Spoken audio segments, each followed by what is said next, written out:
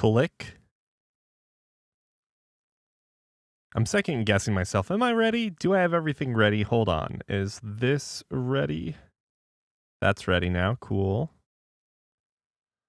Yeah.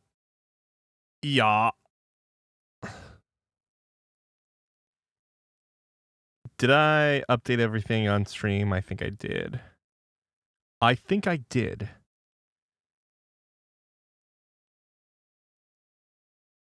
YouTube is up.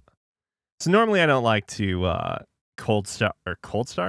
No. Cold open is when it just like immediately cuts to something. This is the opposite. From an audio perspective, I typically don't like to just have no silence. I mean, silence playing when I start stream, because it's like there's no way for people to adjust volume. It's just bam, audio, overly compressed vocal or voice, and that's that. But anyways, the way this game works is as soon as it boots up, it is like already started and going. So that's the kind of situation we're in here. So we're gonna play Aliya, TimeLink, which I don't know. I bought it at some point in time. I'm actually curious when I bought it. Let's see. What did it say? And I had to restart as soon as I started playing, when I realized what was happening. Because this game just basically starts immediately, and I think I think this game is kind of like what's the operator game where you use your voice on the PlayStation 2? For my people, for my what's homeland. up, Tenkai? What's up, Bob? I'm assuming that's the sound clip from Bob. Yes. So, anyways, long story short, we're switch. Yes, Lifeline. Thank you. I think this is kind of like Lifeline, except it's with text and it's like an indie game. So, and like there's only text. I think. I don't know. Anyways, I've had it for a long time. Let's play. Hold on. Okay. Cosmos. See? What the fuck? Hold on. We have to initialize connection. Yes. There. Someone apparently was dead by the time. Wrong screen. There we go. Kane, stop talking. I'm going to save you. I promise. What? Stop talking nonsense. Forget what the manual says. If I click this, will it pause? Nope. The real you is right here in front of me, and I'm not going to let you die. I swear. Calm down, Aliya. Calm down. Right now, Kane's got a broken rib from the impact, and he's developing tension pneumothorax. We need a thick needle to release the pressure needle. I got it. This should work. But where do I insert it? I should have paid more attention to that training class. Is this big text? It is big text. Cosmos, are you still not rebooted? Cosmos. What's up? I'm Cosmos. Tell me where to insert the needle for the... hold on. How am I supposed to... All right. Tenkai, what do we think? Second? Fourth? How am I supposed to know? How can you not... how can you don't know about it?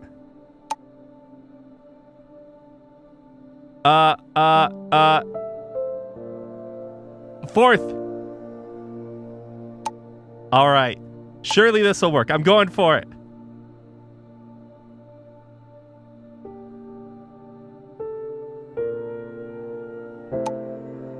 Kane! I'm sorry. I'm sorry. I don't need your sympathy. Cosmos! How could you fail at a time like this? Don't you know that, Kane? Hee. I'm sorry. This is the first time I've dealt with anything like this. I'm just an average person. Wait, there was a fourth option? Didn't I say fourth? Just an average person. Cosmos, that doesn't sound like you at all. Cosmos is an AI on board this ship. I've known Cosmos since I was a kid. So if you're not Cosmos, who are you really? I just launched a game on Steam and suddenly Your messages started popping up in this window.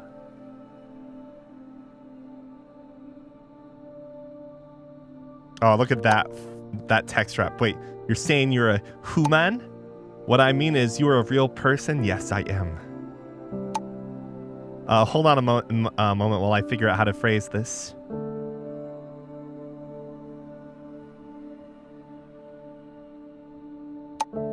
So you're a person, and by some chance we managed to connect.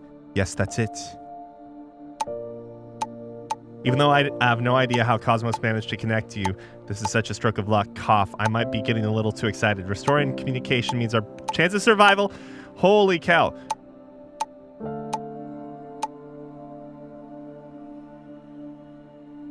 I can't read all of this. Please, you go first. You're not trying to scam me, are you? I'm starting to doubt what you're saying. You're not scamming me. Are you playing some kind of... I really want to help you, but are you really sure you're in actual danger in space? What else would it be? I thought I'd made my situation pretty clear. Why are you questioning me like this? Because interstellar travel technology isn't something we have in our time. In time. I'm sure this is because I have the text large. Isn't it 2025?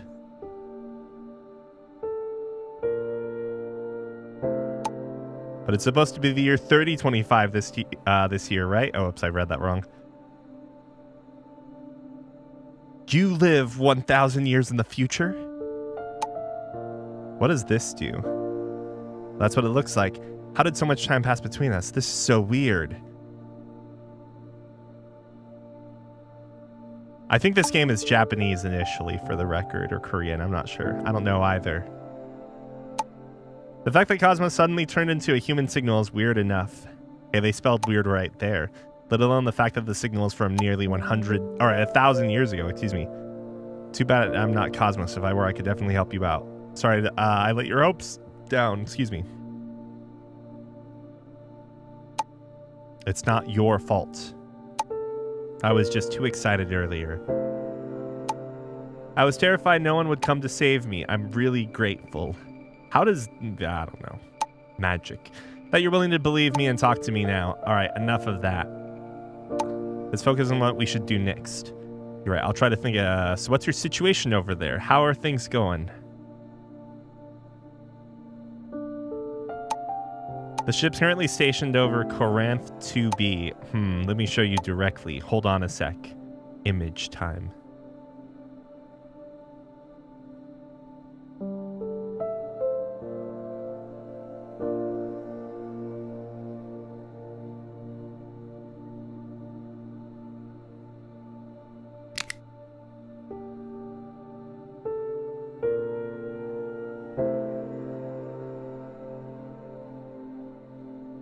Oh, O2, H2O, and energy. We have to...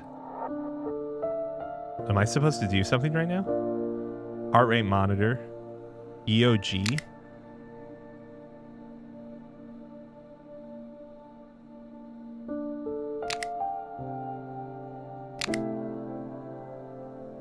Wait, time will continue to pass after closing. Oh! Look, here's the photo I just took. We still have smartphones in the future. That huge reddish-brown planet is Corinth 2b, the innermost planet in the Corinth 2 red dwarf star system. It's tidally locked, so one side always faces the star. What you're seeing now is its sunlit side. It's about 1,000 light years from Earth. What's that ring of debris outside?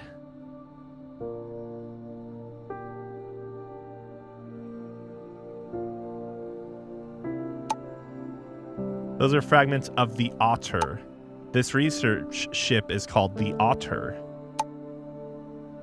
We're part of Terrace's interstellar research team. My name is Aliya. I'm a biology specialist. I'm 24. Oh, I forgot your name. I'm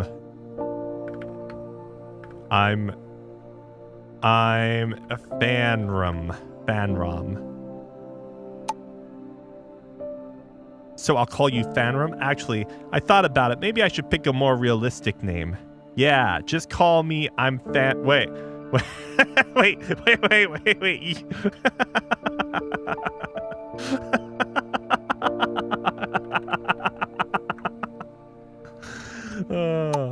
So I'll call you Fanrum? Yeah.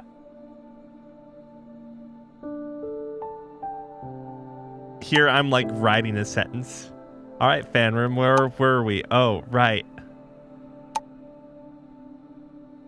We were talking about the crew. Ryoko is the captain and I'm a geologist. Kane is the engineer. Rest in peace, Kane. We're part of Terrace's team exploring humanity's uncharted frontiers. Well, most of the time we're just surveying and sampling various planets. This time we were sent to Corinth too.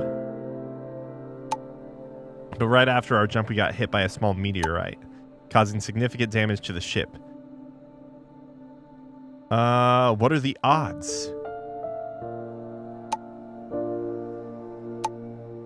But it just happened, right? What? The small meteorite caused quite some damage to the otter. This is phrased weirdly. The control panel is filled with red error messages. I'm honestly trying to avoid looking at them because they stress me out.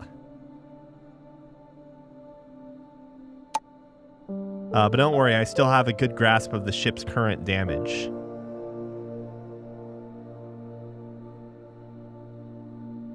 So the ship is broken down right now.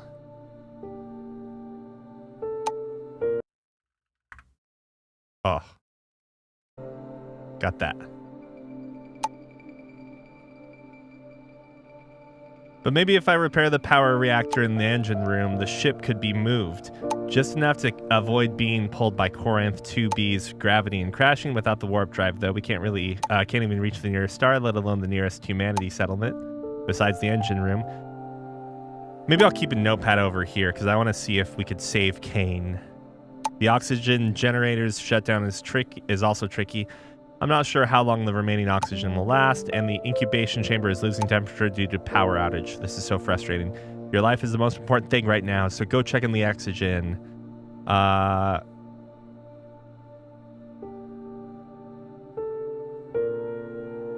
Go check the oxygen generator.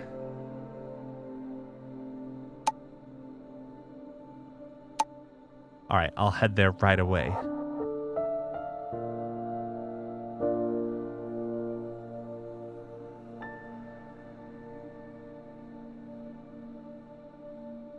Should I be like, I don't know, playing Snake in the meantime or something?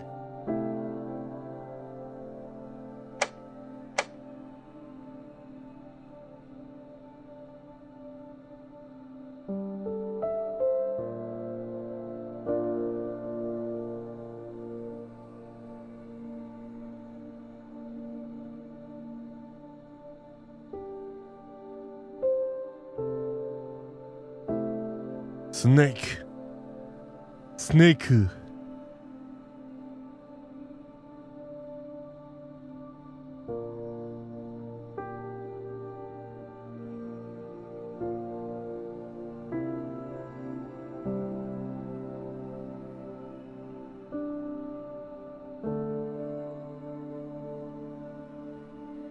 So we did the intercoastal space for the heart, the fourth one, right? And it still killed Kane. Is there a way to save Kane, I wonder? Was I supposed to choose the second one?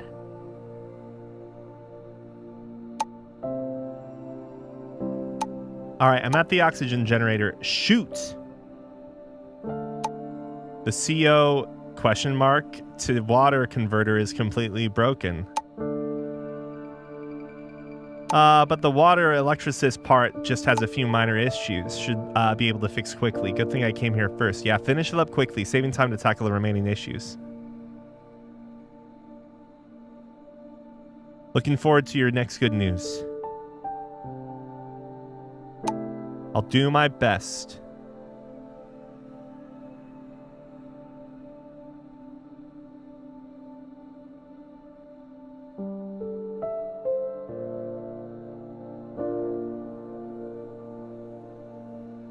Try second, then both are correct? Got you. What if Kane dies no matter what? I'm making a note. We can't alt tab without the music going out, so I'll make a note here. Try second intercoastal space hearts thing or cane.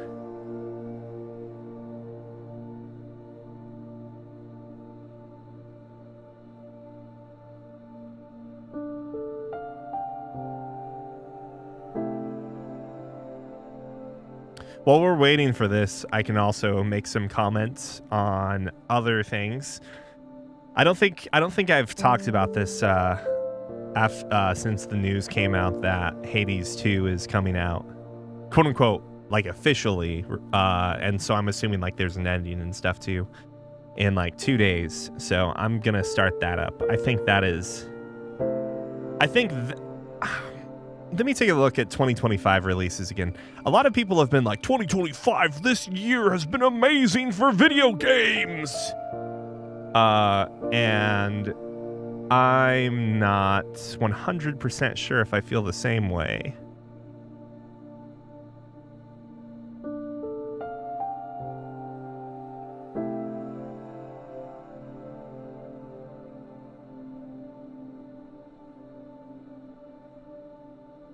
I'm looking right now. I'm seeing if I can find, like, there is a board of different games.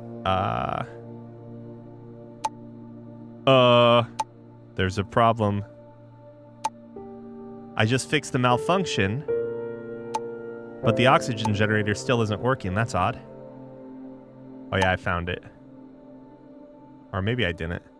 It should be functioning without any issue. Did you press the start button? Just double check. Did you press the start button of it? I'm gonna do my damnedest to read every typo. How could I make that mistake? Oh, what the fudge? While I was going through Reddit, I just found the first poster for Fizzant. I just checked it once. I pressed the EOG button again. EOG, seems like it works on my end. Wait, hold on. I didn't end up saying it. The oxygen generator just started. Amazing, not sure why. But it's good news. Actually, I just started it. No idea why, but I was able to use the oxygen generator. There's a poster for Fizzant.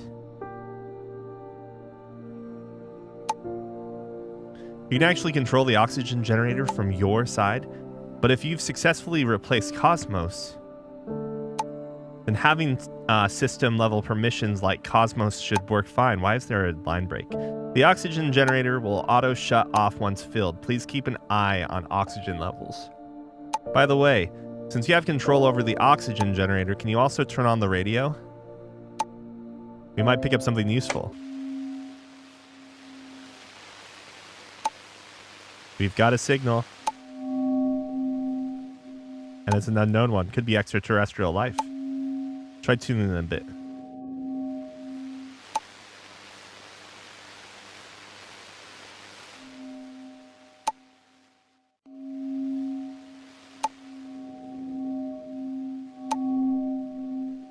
Keep an eye out on the radio too. Might catch something useful. All right, so the next... am I really going to have this thing play? Go to the incubation chamber. Go to the engine room.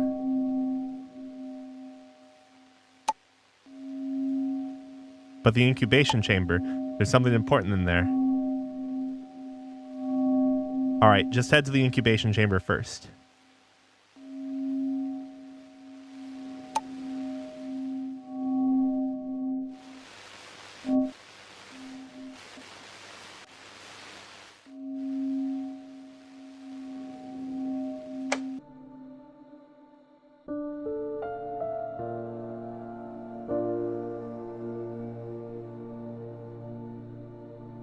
Man, I wish I saw the poster of like all the different games, but like but yeah, okay, of course Ghost of Yote is coming out. I still haven't played Ghost of Sushi.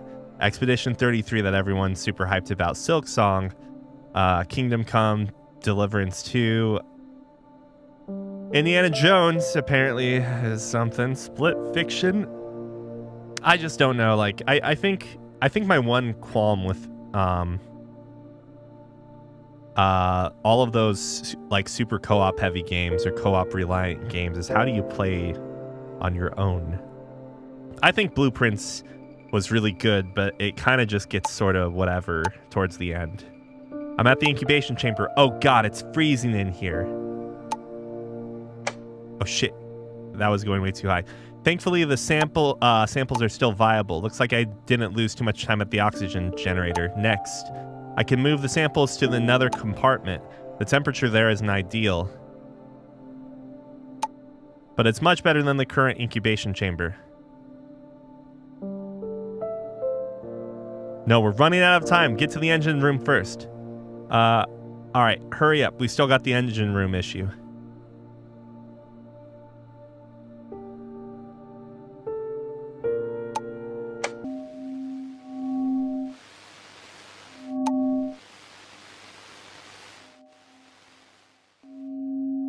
One good thing about space, heavy, something blah, blah, blah, easy.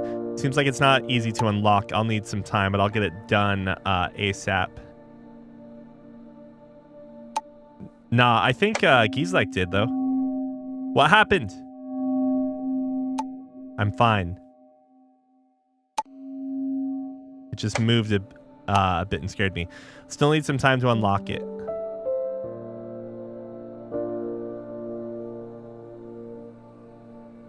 I let the O2 get way too high.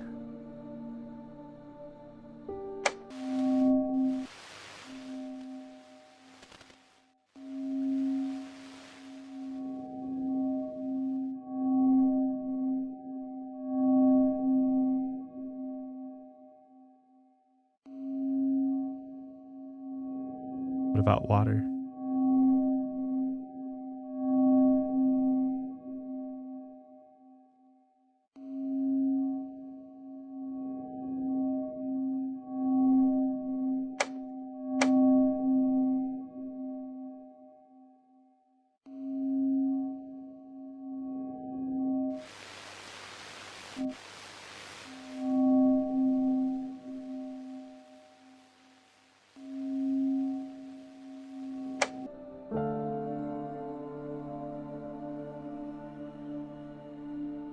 Dying of oxygen poisoning.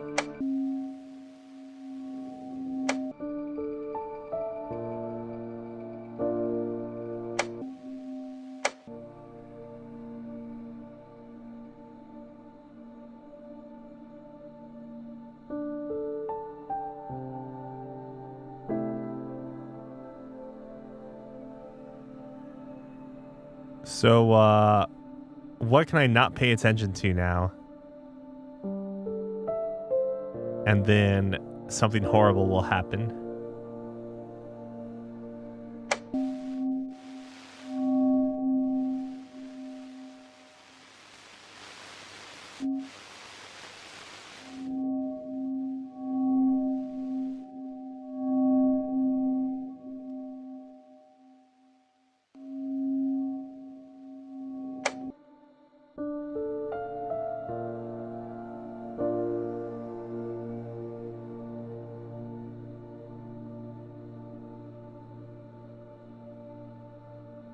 So,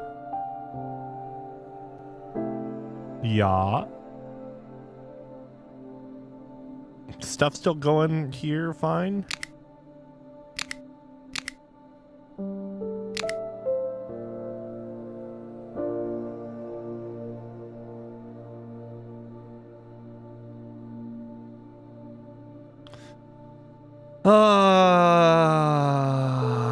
But yeah, no,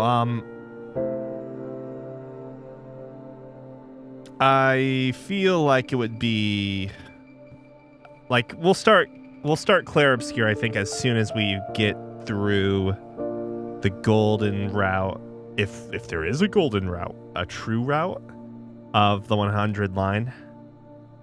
I don't think Tiffany's like interested in watching it, so like maybe watching Clair Obscure, I should say.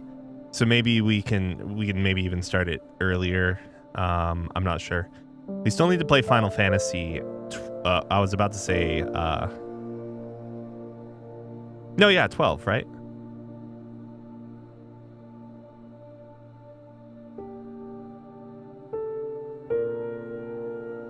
Yeah, we're definitely not on the yeah, no. Like I'm super committed to this is the true route.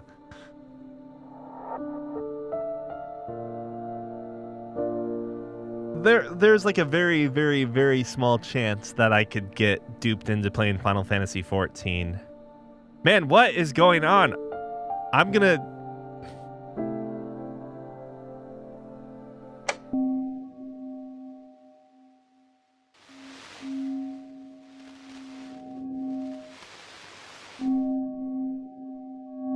Am I supposed to like leave and come back to this? Is this a game? All right, hold on.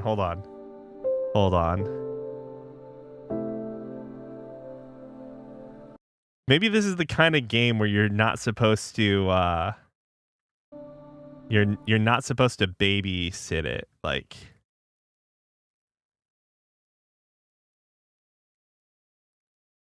you know what I mean? Hold on.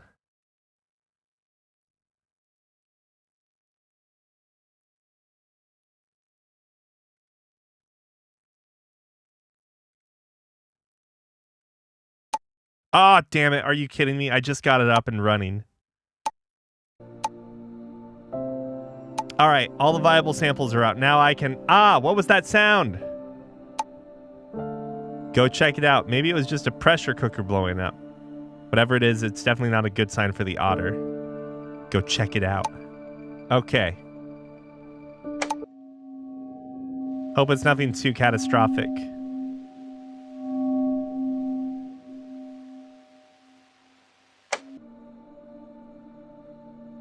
All right, let's start playing.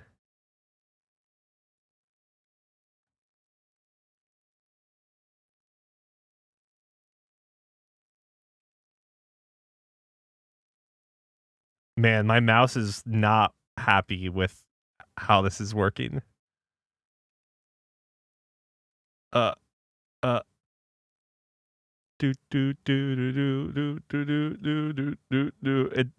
It's really hard to play this because like it feels like the sensitivity is cranked up a lot, and I'm not gonna mess with my mouse at the moment.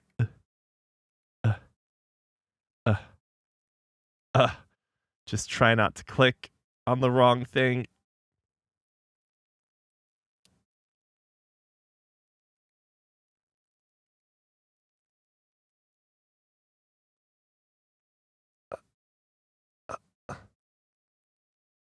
Uh, uh, uh.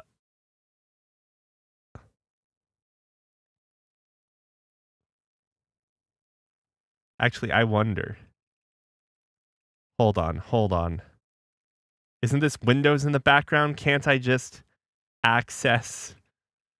Where's my right click? Can't I like change the settings? Isn't this just a Windows emulator? Oh, maybe this emulator is so old there's no right click. This experience sucks though. Hold on. We're closing that.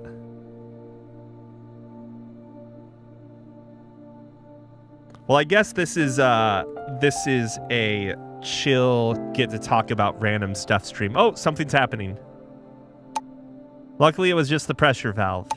I can fix this up in a bit. What about Kyoko? If the whole engine core had blown, you wouldn't be hearing from me right now. Good news is we don't have to worry about the engine room anymore. But the otter might not be able to travel around freely after this. I'll ignore this alarm for now.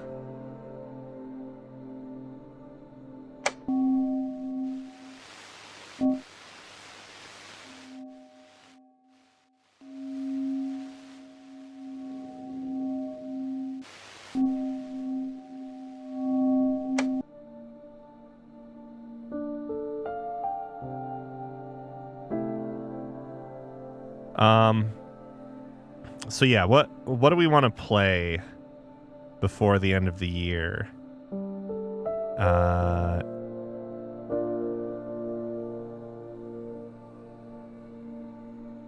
So Clear Obscure, I think, is important from the scholarly standpoint. Maybe I'm being too pessimistic. It's just okay, like here is the reason for my weird observations about this game. The first one is I feel like over the course of the last few years, there's always been like, oh, here's a JRPG to save JRPGs. And when those things come up, it makes me feel a little strange because oh yes, and I have been working on the Dongzhuo. I will immediately admit for the record, that like our Dongzhuo Isekai playthrough might be a little more, we'll say, I don't want to give away too much. Don't want to give away too much. Let's just say that, you know, like, I don't know. You know, in fact, I shouldn't speak any more on that. Anywho though. Oh, well, where was I going with this? Oh, right, the Claire Obscure thing in JRPGs in general and whatnot. Yeah, it's like every year there's an RPG, a JRPG or turn-based RPG that's going to save the genre, right? And for the record, I think the genre still hasn't been fully saved. It's not like we're going to have a PlayStation 1, PlayStation 2 JRPG resurgence, you know? Yeah, I see the freaking DLC scenario for that one game that shall not be named.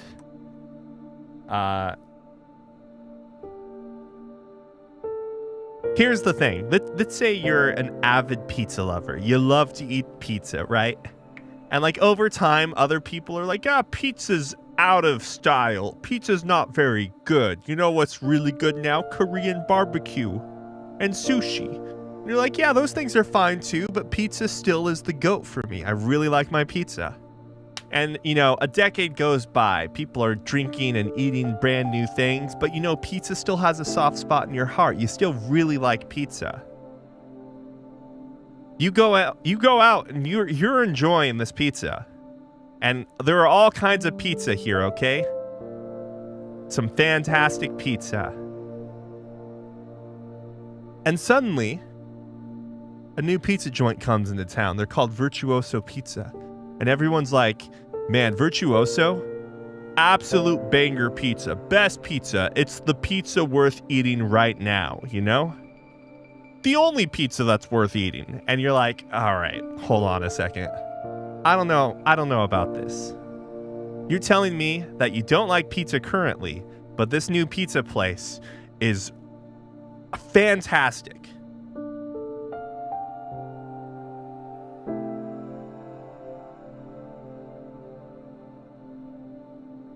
What's wrong with the pizza we already have? Like, you get what I'm saying, right? It speaks volumes when people say something like that. Of the list you gave, Tenkai, I don't think anyone thought Jin Conception was saving the JRPG genre, for the record. I don't even know how we found it. That was the Among Us of RPGs, though, to be fair. Among Us.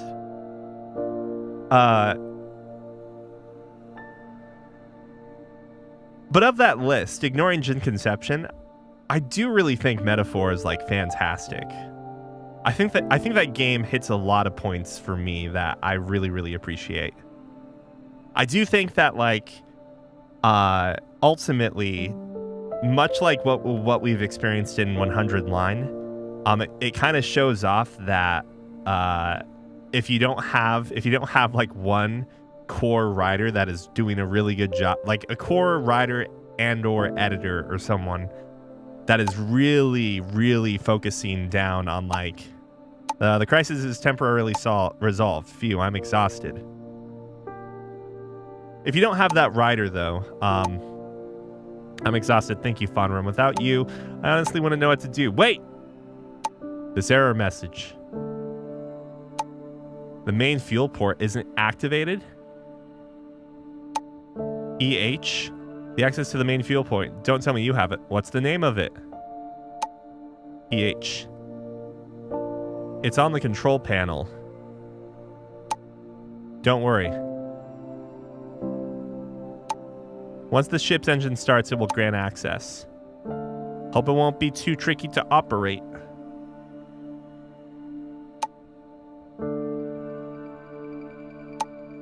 Wait, Dark Soul of JRPGs. Which game is that? Just don't follow. Just follow my lead when the time comes. Phew, looks like things are under control now. What a relief. The otter's in the state where we can at least keep going, like a revived otter. All thanks to yours truly, the genius engineer. Wait, are you talking about Jin Conception? Didn't you just say you were a biologist? Heh. Don't underestimate me. Heh. I've got an 8th level spaceship maintenance cert, according to the manual. An 8th level tech can even do solo EVA repairs. I'm gonna turn this on and screw her over. Though I really hope Otter doesn't end up needing anything fixed that requires a spacewalk. So you're 8th level, so what level is Kane? I'm not gonna ask that. Kane's dead. Impressive. No wonder you managed to fix Otter up so well this time. I vaguely recall, I don't know, man, Jin Conception's a weird time. As much as I want to say yes, honestly, I'm still kind of freaked out. One lucky thing this time is the Otter's major issues were all things I could fix, like stuff I just happen to know. If it were any harder, I'd probably just have to watch Otter fall into Corinth 2B. It's like the teacher set the test questions based on my revision, not notes, excuse me. Next time I might not be so lucky. If I survive this time, I definitely need to hit the training courses harder. And there's one more thing.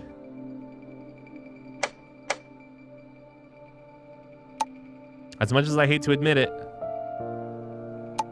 my dad always taught me to be straightforward, so thank you for sticking with me through all this. And if you're up for it, I could really use your help from here on out. Okay. All right, I'll show you mercy, and you do the favor. Call me boss, and I'm in. Okay, what? Let's not do that. Of course. What's the next plan? I don't know.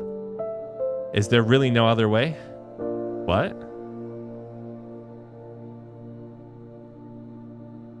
What do you mean?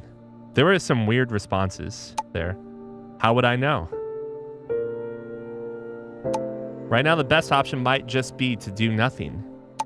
Waiting for the company to send a ship over. Why don't you just get in the hibernation pod? Isn't this the Milfrey mining area? Are you sure Tayrus ship can even get here? Is this... I don't know these words. The Tayrus manual says, no matter where the danger is, the company will try its best to send help. But I could be found by Myfrey or Mefrey first. Either way, I should survive. Wouldn't it be more convenient to just wait in the hibernation pod?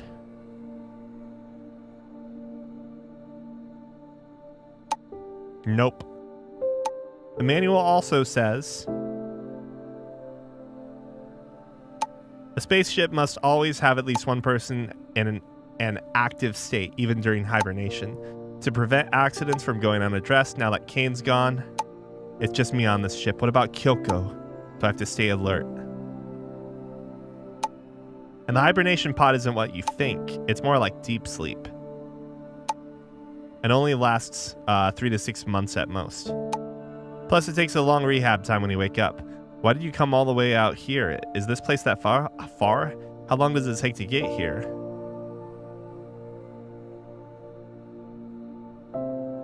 Since we're just waiting, why don't you tell me about your time, like alien monsters or something?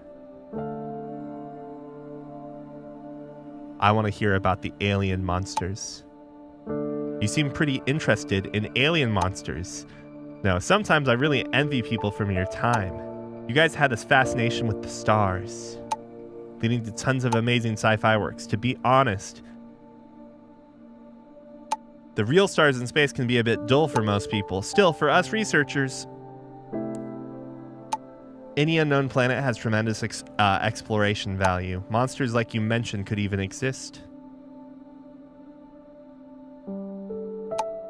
So every time we head into uncharted deep space, there's this excitement and thrill. It's enough to make you forget the dangers of deep space. Most people are just struggling through life with daily needs taking up most of their existence. I feel like our longing for the stars is a way to escape our painful lives.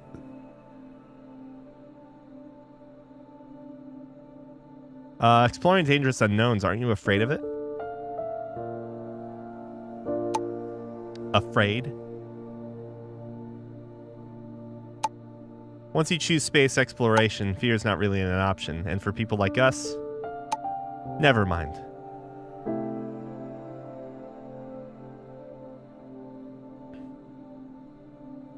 Your hesitation makes me concerned. Because, ouch, that hurt. Are you okay? I'm fine.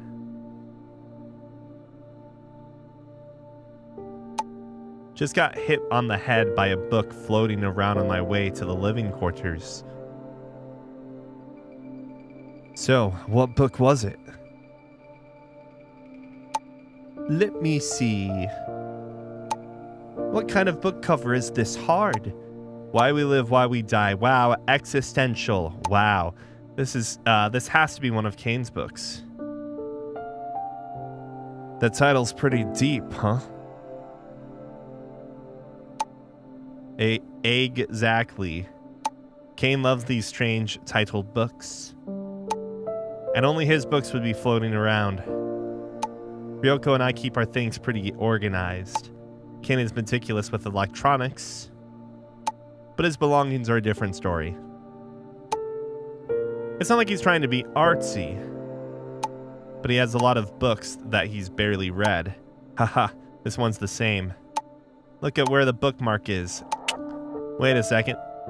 What's inside here? What is it? Let me have a look.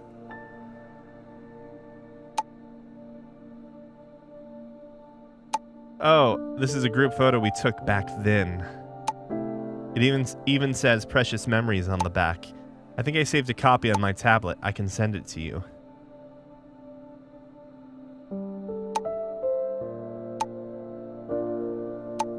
How about it? Looks nice, right? Guess which one is me. The one on the right, I can already tell because of the cover of the game and also the picture she sent. You guessed right. Seems like my way of talking matches my appearance. Honestly, I thought you'd look a bit more mature. If you say so, yeah, you've got the cute, energetic vibe. Right? You think so too, don't you? Why does Ryoko seem a bit down?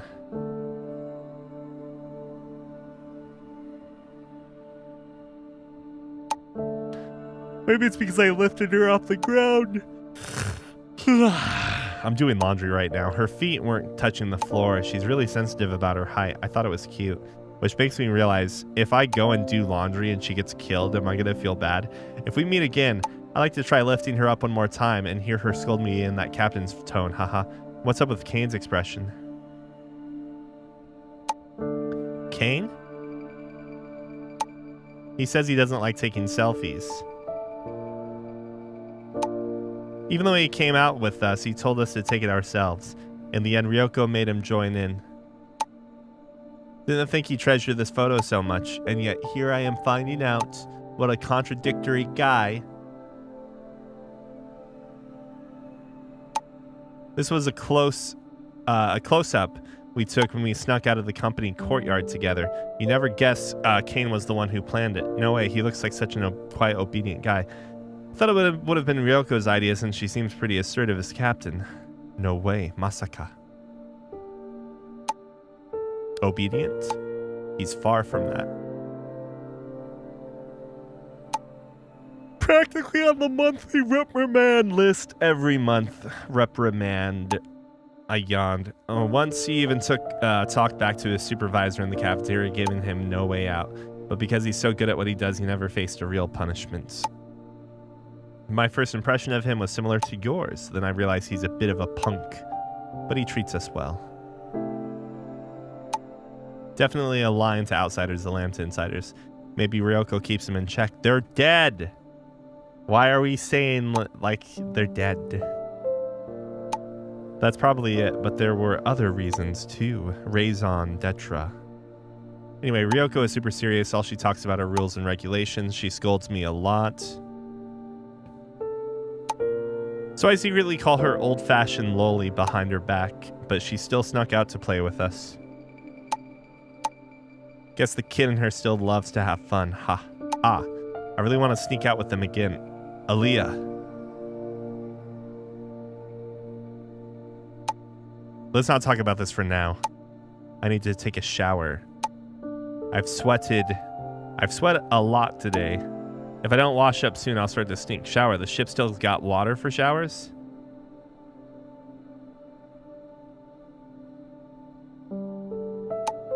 The water is recycled and filtered. The shower barely uses any water at all, so you're basically drinking your own shower water later? Alright, I won't bother you then. Wait. Just to confirm. You don't have camera access, right? Actually, I do have access. Yep, all I can see is what you're saying in the pictures you send. I should have just been silent. ... Oh, good. Is there a problem? No, no problem at all. I'm off to shower now. Catch you later.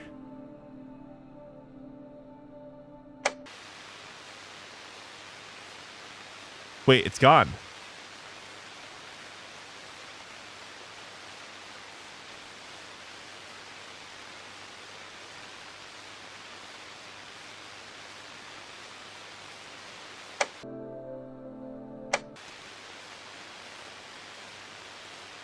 There's no water, though. Anyways, yeah. So Dongzhuo. Okay, so Claire Obscure, E33. Dongzhuo time. And other Dongzhuo hijinks after. Hades 2. Final Fantasy 12. What else is there? I don't even know.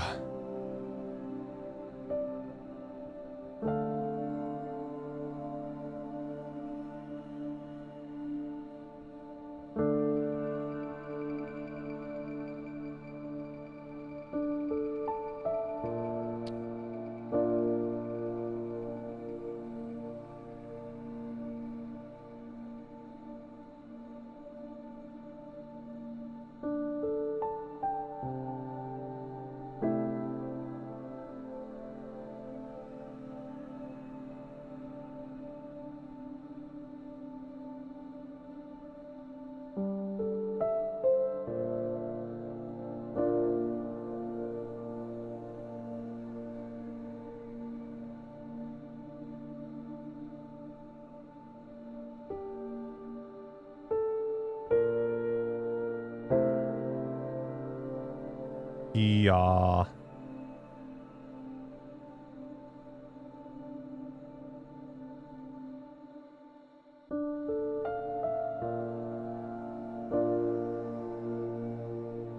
Yeah.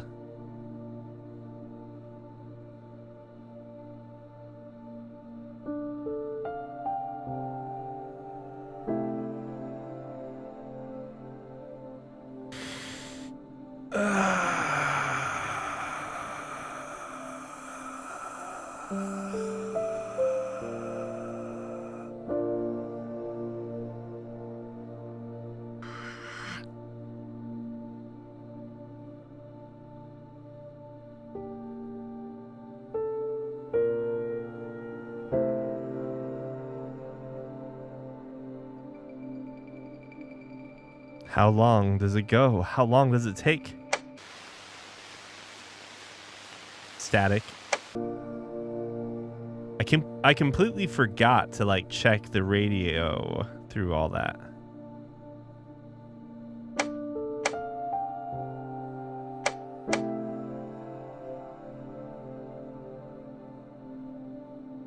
Heart rate monitor 70, 73, 70, 71.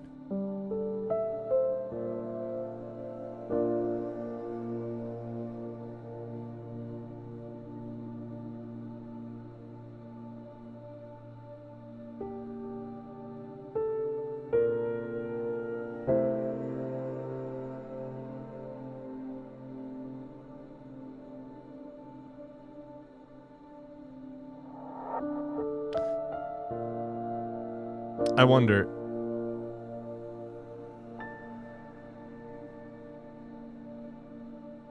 Uh-oh. Okay, hopefully I can go and check out the laundry and then come back and she'll have not said anything. I'll be right back.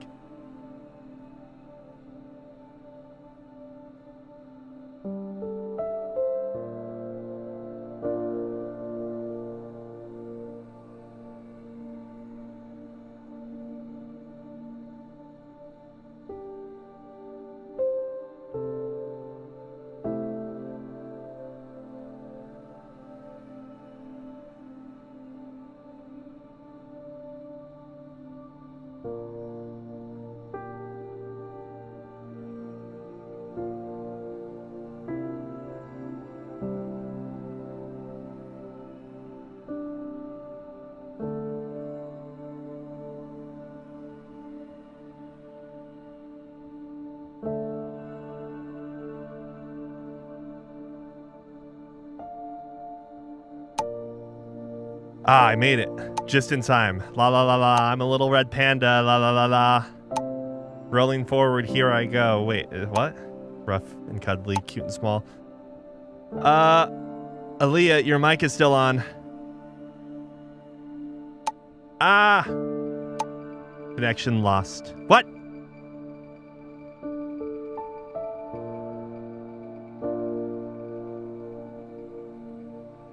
I should have let it go.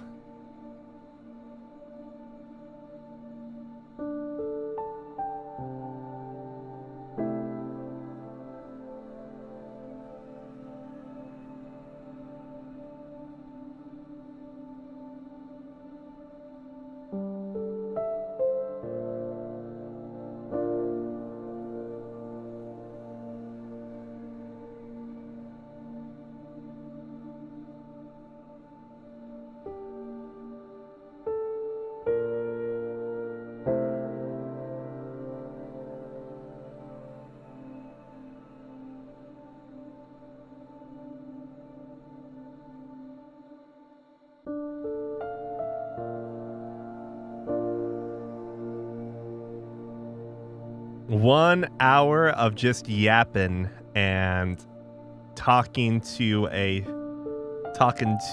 this person.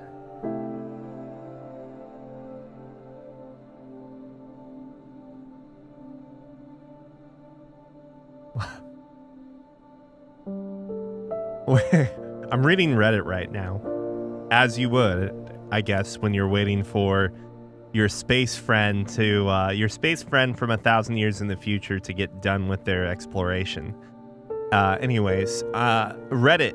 CEO and exec at Coldplay concert weren't having an affair, report.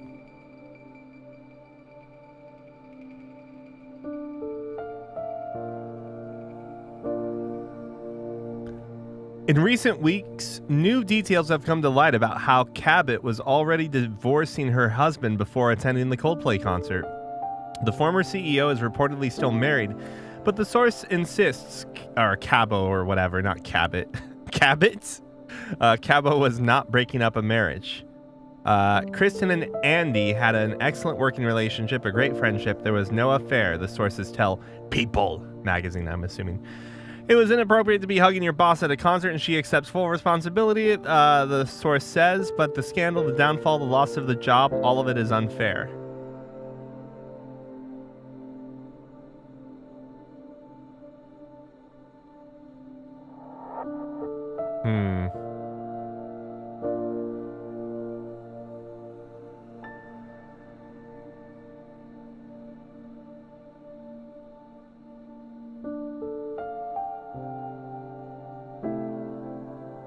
I think this is a really good example. Nothing. Comment 1. Nothing in this article leads me to believe they weren't having an affair. Everything in this article leads me to believe they are trying to make a case to sue Coldplay. Everything in this article leads me to believe they were definitely having an affair. Everything in this affair leads me to believe they were having an article.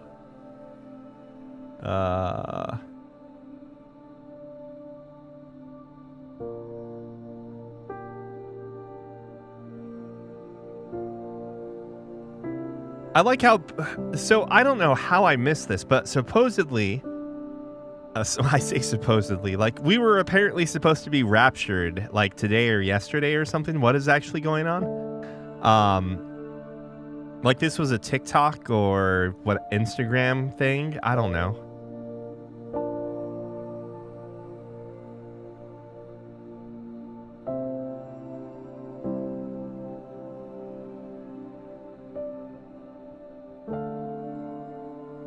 What is going on? But what? I don't know.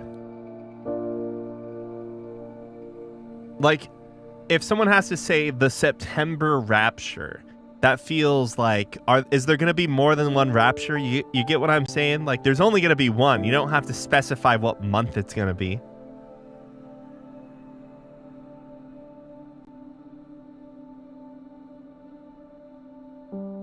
Oh, what the hell? Millionaire's shortbread? This looks really good. The best part about this is that you can't even see what I'm looking on at Reddit, so I'm just like I'm commenting. This has become a just chatting like reaction stream, except you don't even get to see what I'm reacting to. Oh. It disappeared. Aliya, did you hear something?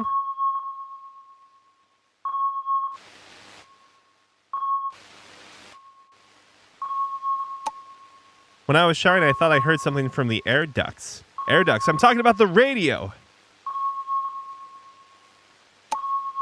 What?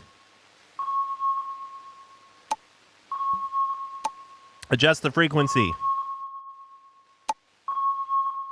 Hope it's another survey team passing by.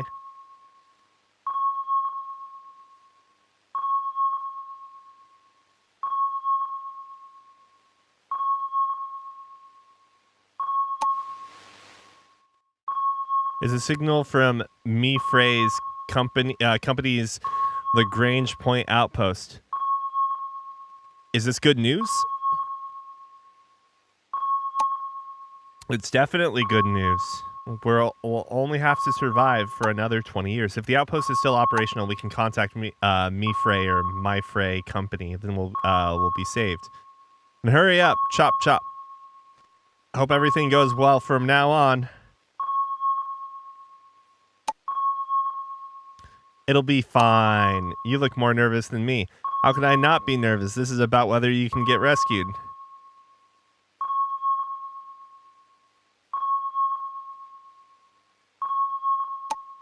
You're really this worried about me? Yes, you're a computer anime girl. If I don't make it home, wouldn't you be heartbroken? Don't joke like that. All right, no more jokes. Whether or not I make it back, we have to believe everything will work out. Anyway, I'm definitely going back. And when I do, I'll get to show you the flowers I grew myself. Being a biologist, I actually have my own little garden. Sure, that's a promise. Don't jinx it. You'll see them. I promise.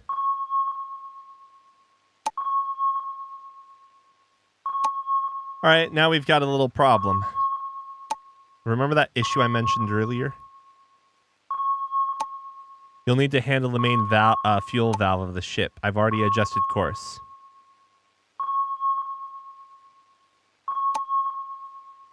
So when I say go, you'll open the EH valve for about 8 seconds and then shut it off. You'll have to time it yourself.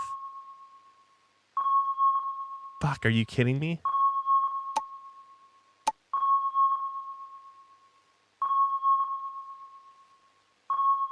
Me in charge of something this important? That's right. You're the only one who can do this. My life depends on you. You're making me even more nervous.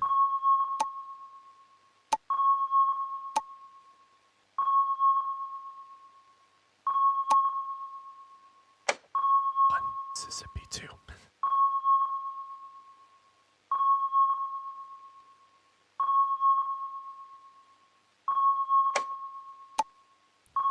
Nice. Perfect. Now let's get connected to that satellite. Time to go Ava. EVA. I just took a shower and now I have to suit up again, but I guess it's worth it. Be careful. Don't worry. Daijoubu desu. I aced my EVA exam. Top of the class. King of the North. Many of my classmates were jealous of my grades. All right. I'll let you know if anything comes up.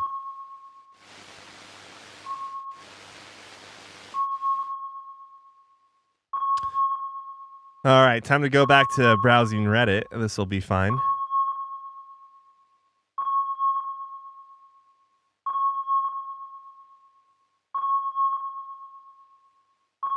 What do we have here? 49ers All-Pro Nick Bosa out for the season with torn ACL.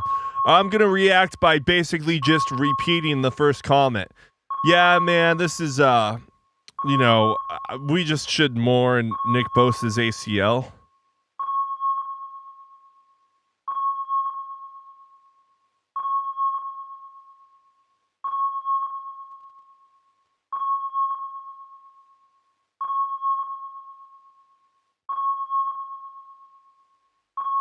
I know it's just a freaking cover, but I'm kind of excited. I'm kind of so excited for Fizzant.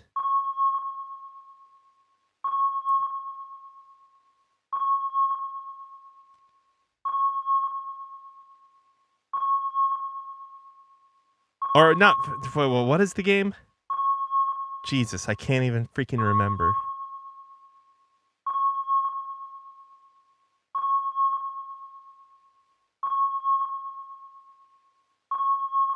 Yeah, Fizzant. The cover art looks really interesting.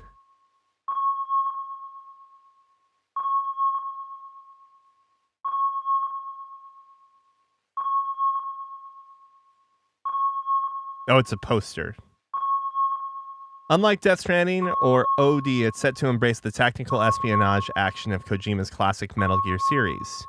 The poster shows the game's deliberately shrouded protagonist. According to Kojima speaking at the event, casting of the main character was delayed due to SAG-AFTRA strikes, but he did reveal 3 confirmed cast members. These include Don Lee, who has appeared in Eternals and Train to Busan, Charlie Fraser, or Fraser, or whatever, I don't know, from Furiosa Mad Max saga, and Minami Hamabe, who appeared in Godzilla -1.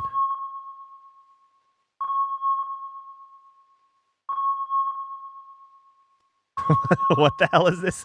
Hideo Kojima presents a Hideo Kojima credit card. Fans immediately dub it Death Stranding.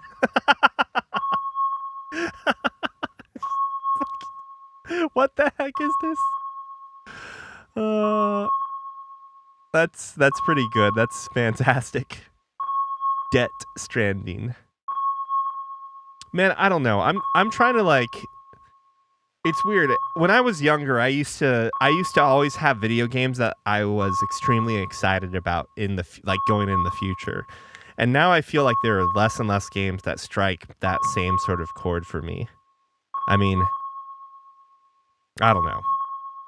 I don't know, man. Oh, I forgot. There's Eye of Somnium Files 1.5. No sleep for Konami Date. Oh, there's that game too. I've played all the I games offline though at this point, so I'll probably play that with Tiff offline. But dude, I love the I games. Or the first one's fantastic. The second one's kind of whatever. It's good. It's fine, but it doesn't have the same highs that Eye of the Somnium Files 1 does.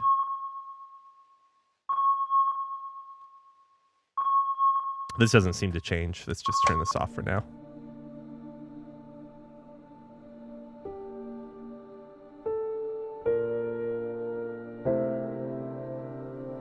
I mean, yeah, that is true. But also, I just don't know. I don't know, man. I don't know.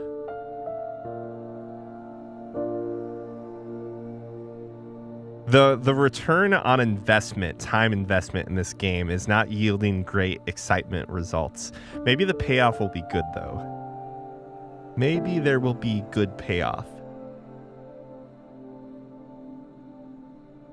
Is this copium?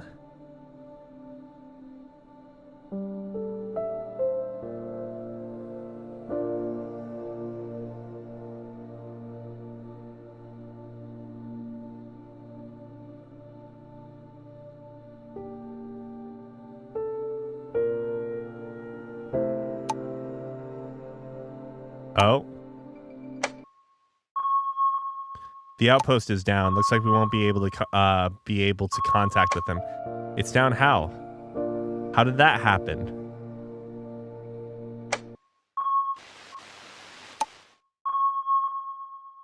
It's been running for way too long. It's something from way back. Okay. And the timing system's completely messed up. But the data log should still be intact. I'll need some time to retrieve the data tablet. You just came back. Why?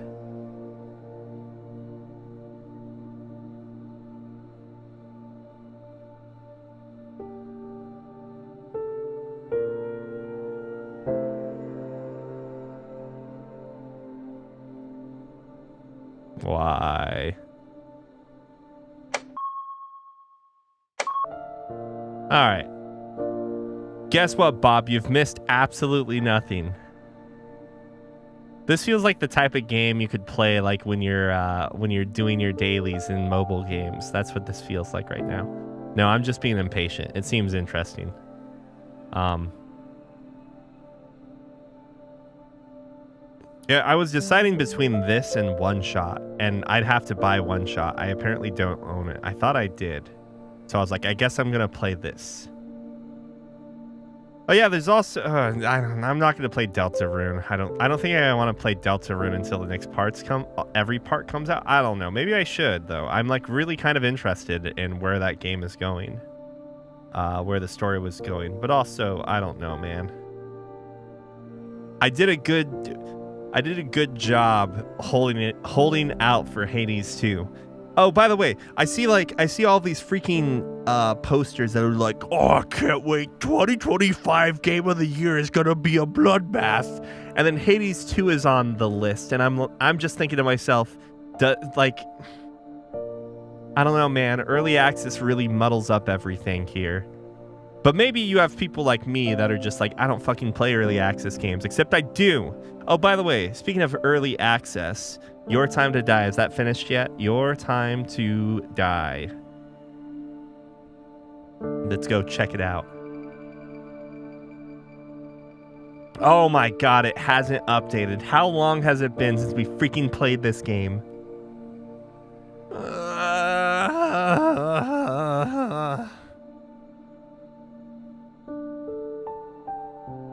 Wait. No, the last update made by the developers was over 2 years ago. The information and timeline described by the developers here may not be up to date. Good morning! Rise and shine! We are planning 6 to 12 months of early access. This was 2 years ago.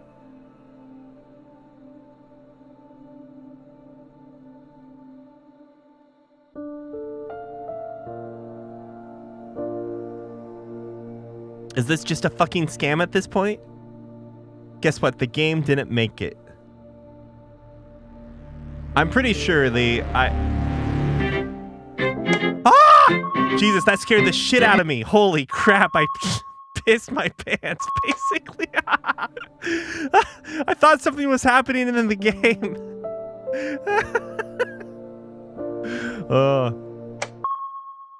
It's like I immediately clicked on the radio. I didn't realize it was the damn autoplay from the Steam window. Holy cow. All right, anyways.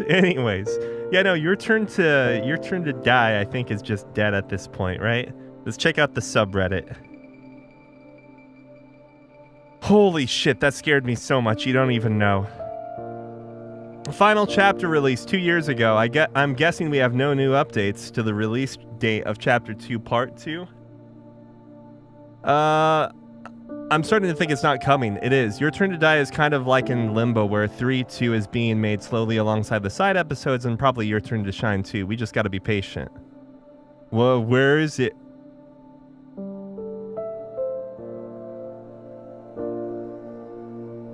Dude, that whole situation was... The multiverses thing was whack.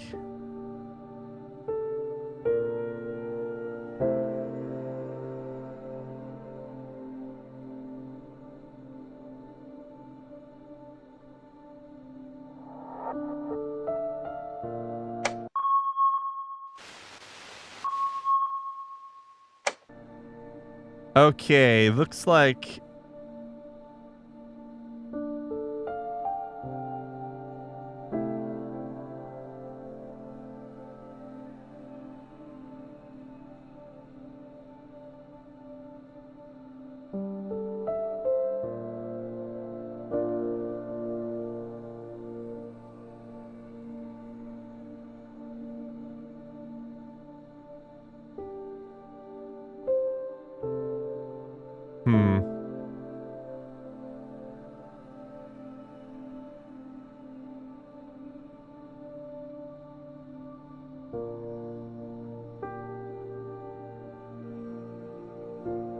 I am straight up not seeing shit about people complaining about this game not finishing.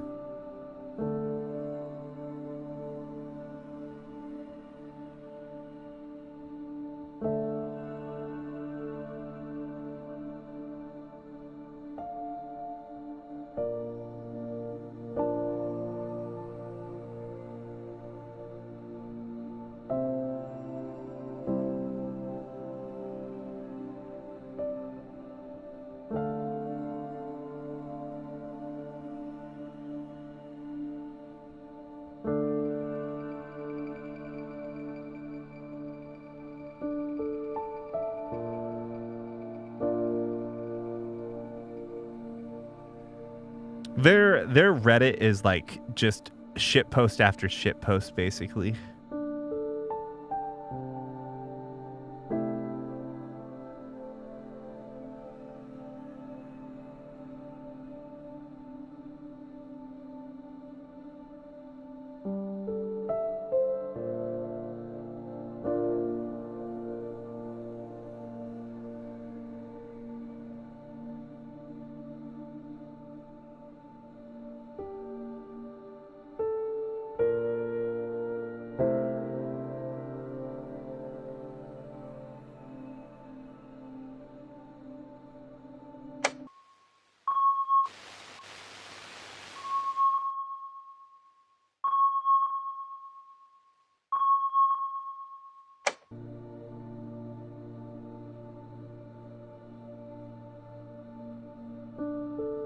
Listen, Guyver's still in the works, okay?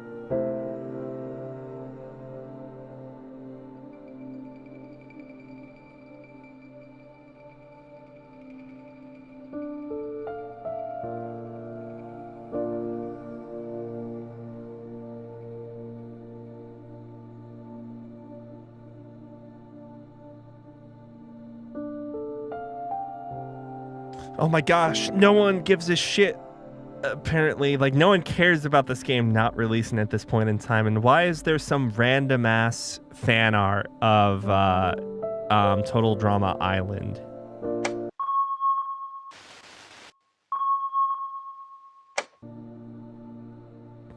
I don't understand this game.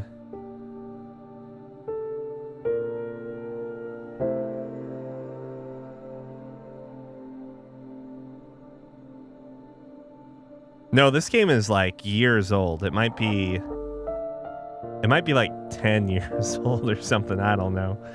I'm not. Oh, maybe not 10 years old. Like 4 years old, 5 years old, 6 years old. But I think the intention is like she is going and doing things right now, and we are just to fuck off and wait for her to come back, that sort of thing.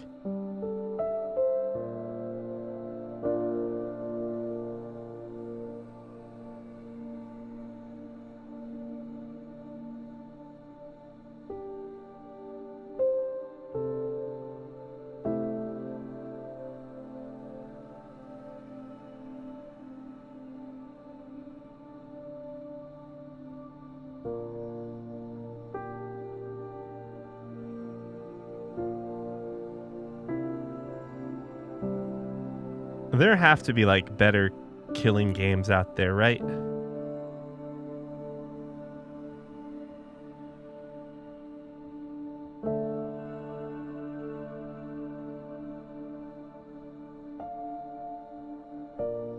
Oh, I'm back.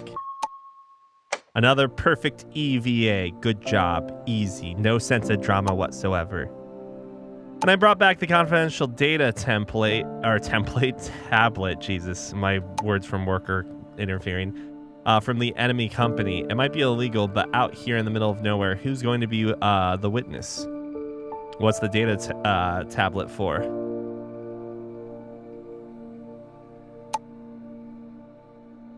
Outposts like this will record the data they observe, such as the operation of this galaxy and status of the star. That's why it's placed at the Lagrange point of Corinth 2b, but for me, the more important thing is that it also records any spacecraft passing by.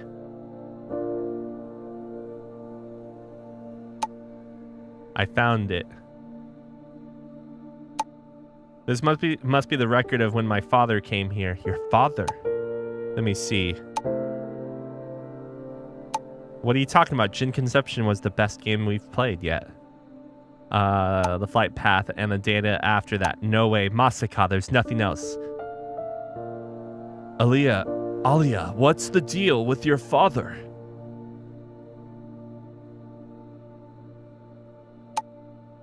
My father was an interstellar explorer.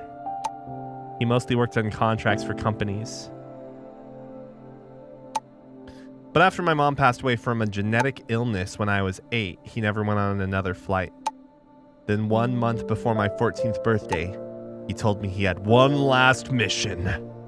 He said he'd bring me back a birthday gift, but he never came back.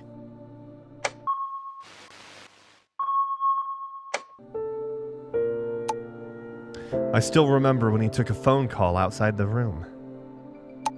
After he tied my hair into a high ponytail for the first time, I'll never forget his words.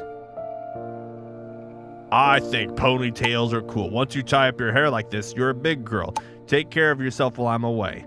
I've kept this hairstyle ever since. I'm going bald now because it strains my hair too much, my hair follicles. I was hoping to find some trace from him out on this journey, but then this all happened.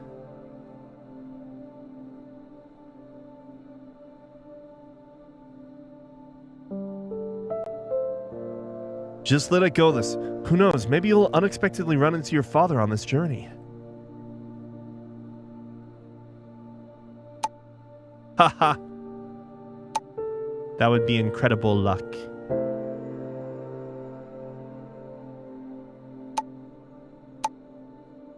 But right now I'm hoping for my luck to be with Terrace's rescue team to get here quickly. Alright, let's call it a day. I'm really wiped out.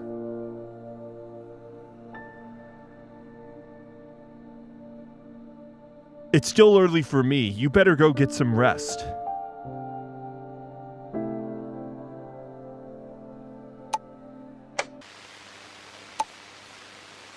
Normally I'd be going to bed later, but today I have to sleep early. Why do you have to sleep early today?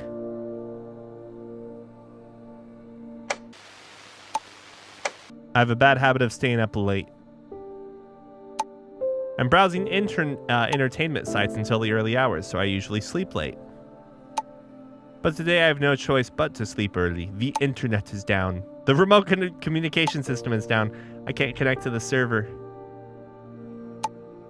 Which means the warp drive is out of commission too, so I'm stuck here.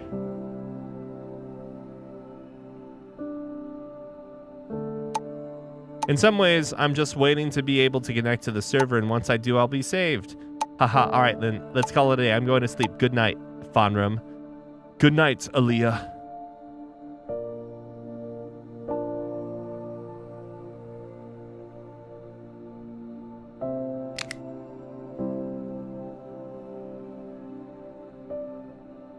Wait, are you kidding me?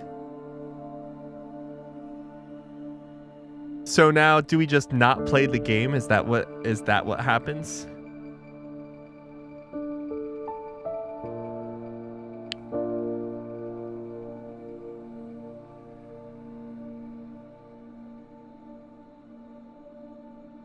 Maybe it's time to switch games.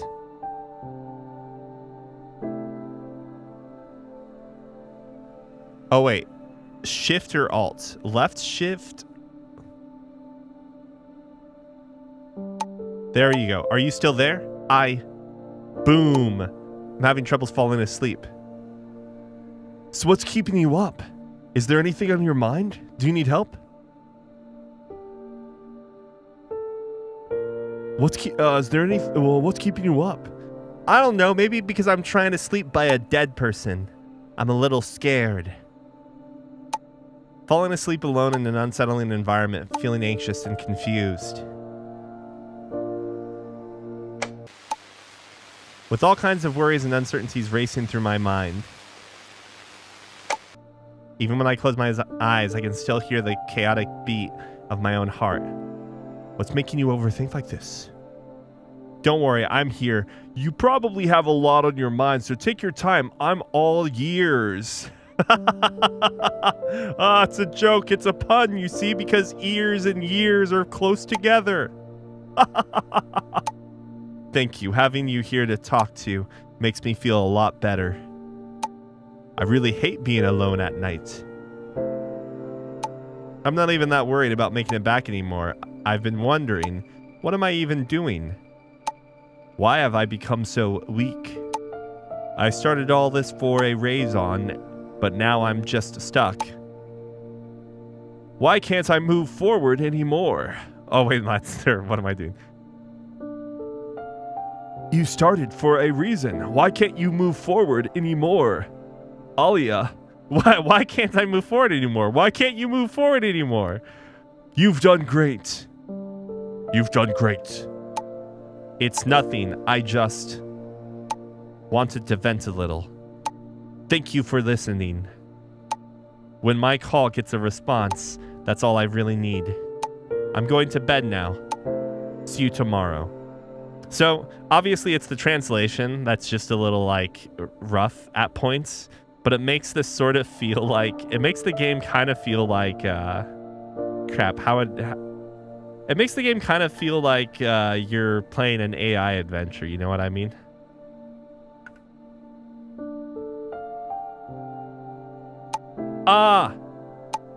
It's a new day. It's only been 1 minute for me.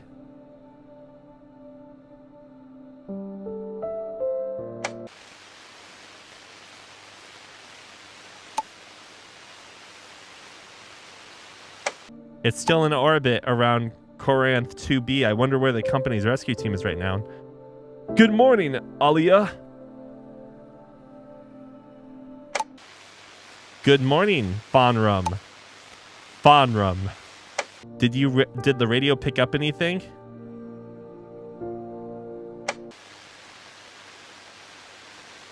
Nope. Okay. But you can try different frequencies. I'll go freshen up.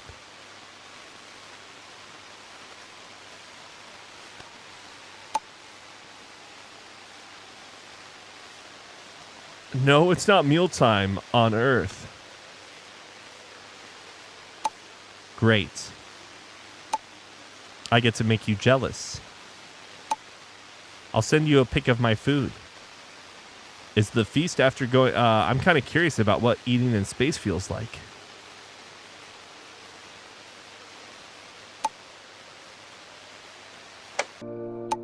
Let me think. Mainly it's dealing with zero gravity, but most of it's in pouches. Honestly, not much different from snacking on Earth. All right. I'll go prepare my meal now. Takes a bit to hydrate the food. Talk soon. Not enough water for this.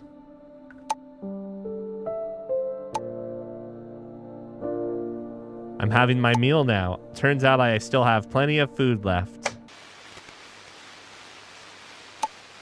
It was originally enough for 3 people, but now it'll last me for a long time.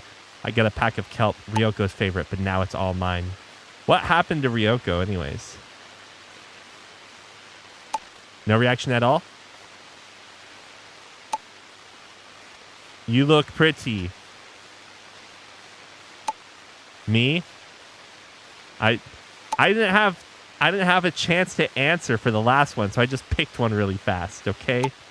I don't hear that compliment often. My parents used to say their daughter was pretty or something like that. Haha, but still thanks. Honestly, I thought you'd be eating something more surprising.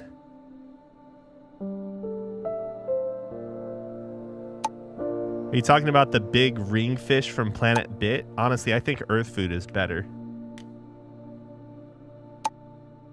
Did you know Earth livestock are now raised across the galaxy? In a way, they're all space species now. I thought humans' diet would have expanded a lot.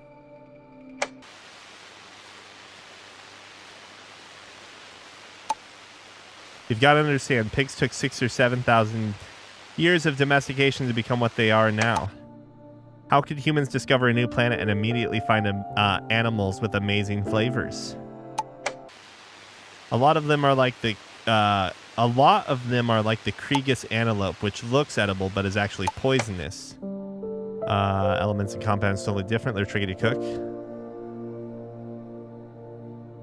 Feels like it's not much different from now.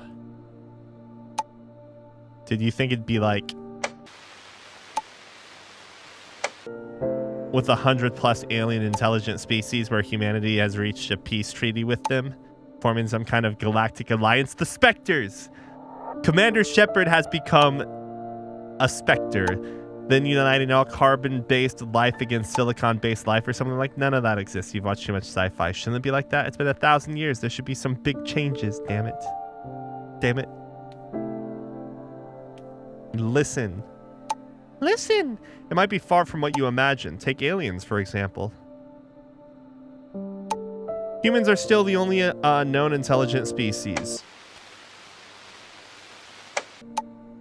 The smartest extraterrestrial life we've found is still a fish from a planet called Puni. Maybe intelligence really is a very rare occurrence. Look at alligators. They've been evolving longer than humans, but they're not exactly smarter than us. Humans must be so lonely, Lynn.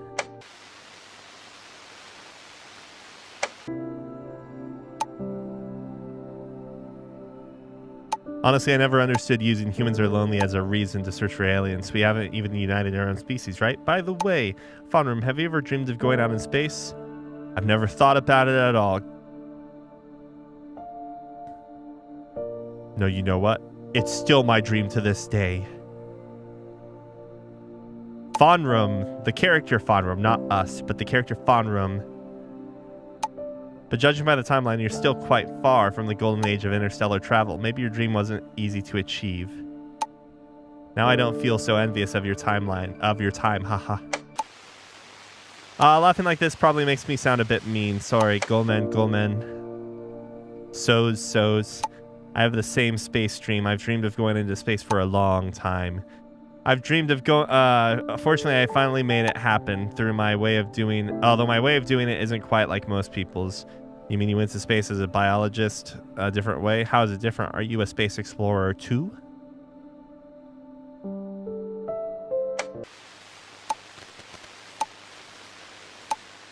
But actually, forget it.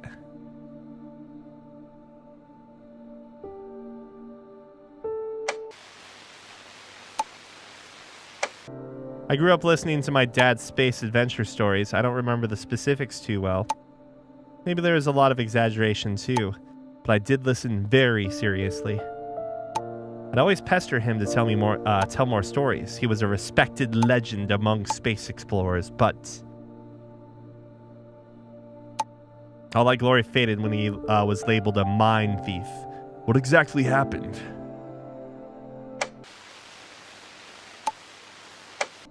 Back then, my dad's news was on every monitor. SOS! SOS! A famous adventurer steals ship from Terrace spaceport and heads to the Mifrey mining area to steal mines. I didn't believe my dad would do such a thing. He was the most rule-abiding person I knew, but I feared he might have done it because of me. That worry didn't start to fade until later when Terrace took me in. Terrace took you in. Yes. Yes. Terrace made me a member of their exploration fleet. It's thanks to them that I got to space. During my days working with Terrace, Mr. Green told me the truth about my dad. I thought I heard, like, static or something. No, we're good. My dad was a hero of Terrace. That mission was to assess the value of the Mifrey mining area for the company, to decide if they should start a war in that area. Unfortunately, when my dad reached Corinth 2, the Mifrey outpost detected his route. For the company's interests, my dad severed ties with Terrace without hesitation. He went alone into deep space and never returned. What was your father's reason for protecting the company's interests? That's tragic. No, let's get information.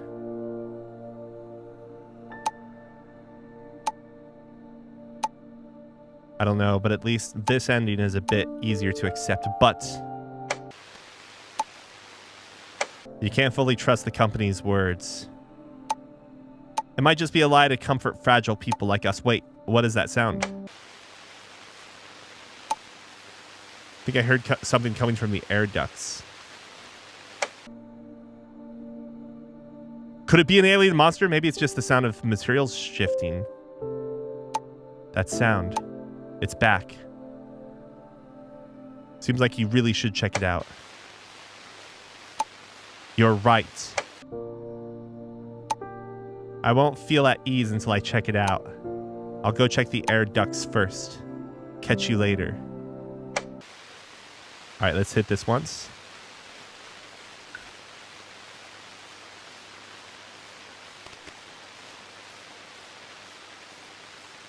Shift one more time.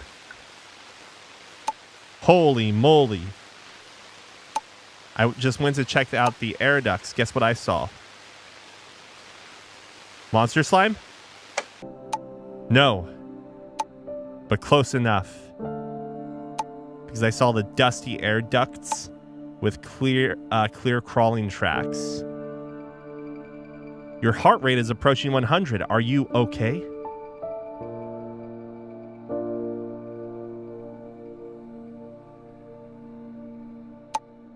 I can't stay calm in this situation. Wait a minute. You're monitoring my heart? I'm not doing it on purpose. It's right here on the interface. I thought you knew. Since it's here on the interface, I thought monitoring your heart was part of the job. Of course not. Oh, I'm sorry.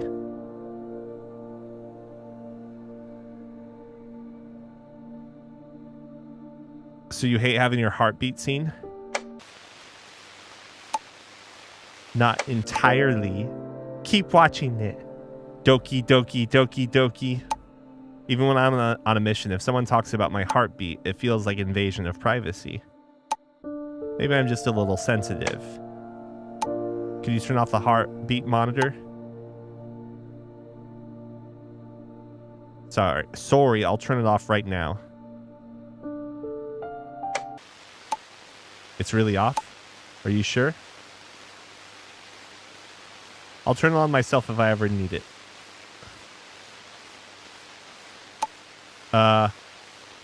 You want to do that? Right?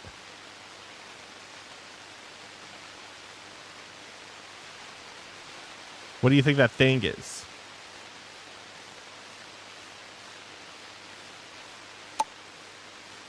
Now I have to consider all the possibilities. It couldn't have stowed away on the ship from the ground because of the pre-launch inspection. With that size, it's probably something that hit the ship. It couldn't have slipped through. It could only have come in after the ship launched. Stay calm. Stay calm. You can't solve anything in a panic. You make it sound easy, so easy. You can't just jump out of the screen to protect me. I'm right in the middle of it. How am I supposed to stay calm in this situation? You can't even imagine the terror here. The fear of being surrounded by an unknown creature, not knowing when it might pop out. Is there any way to deal with this?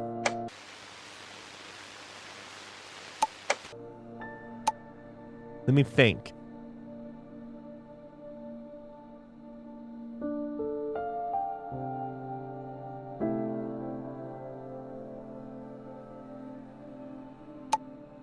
I think the best option now is to hide in the safest place possible and get some weapons ready. Then go find a safe place. Give me some time. Let me think.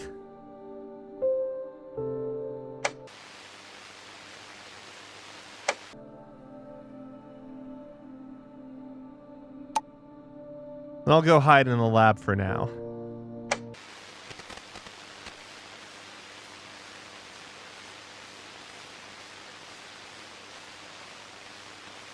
Skipping time now.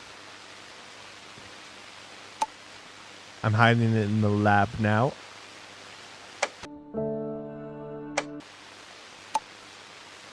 Are you still there? Of course I'm here. I'm really worried for you. Really worried about you over there. I feel much better with you saying that. Not really. I'm so nervous right now. I pulled over 2 pieces of equipment and quartered myself, holding a crowbar in my hand. I feel like the heroine in a horror movie. Just be a little cautious. Don't worry, the monster's no match for you. Let's hope so. If it's the kind that goes straight for your face, ew, I don't even want to talk about or think about it. There's the noise from the air ducts. Sounds like it's coming this way. Why here of all places? Does it know I'm here? Wait a minute. It's... Stay away! Ah! Aliya, are you okay? Eddie, are you okay? Are you okay? Are you okay, Annie? I'm fine. The data tablet just got knocked over. Don't worry about it.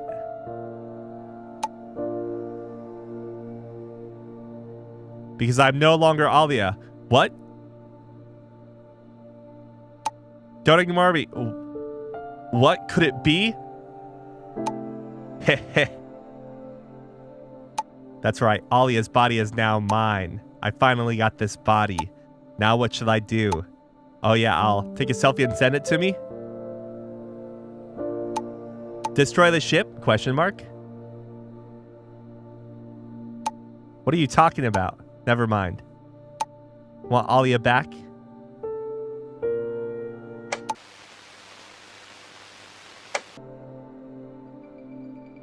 Darn it. Looks like there's no other choice. Woof, woof, woof. Ha ha ha. That's amazing. Foundrum totally fell for it.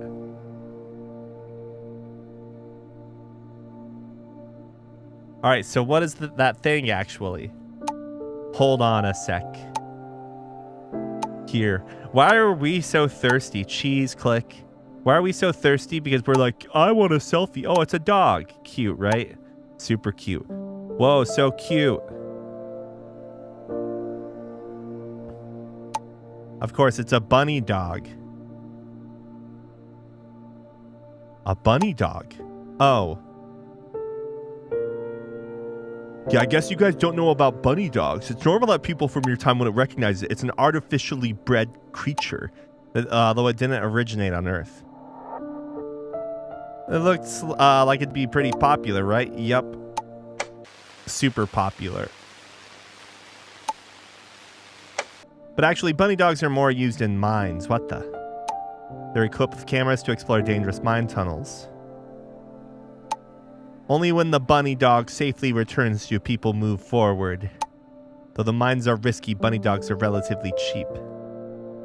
Cheap because they reproduce quickly? Not really. Then, wait, why? What? That has nothing to do with rabbits or dogs, despite their cute appearance. Bunny dogs are actually top predators on their planet. Most creatures there are small, but bunny dogs have terrible reproductive rates. Relying on natural breeding would be way too slow and costly. So now, except for those used in breeding experiments, all bunny dogs are clones. What? Why? So why is a bunny dog here?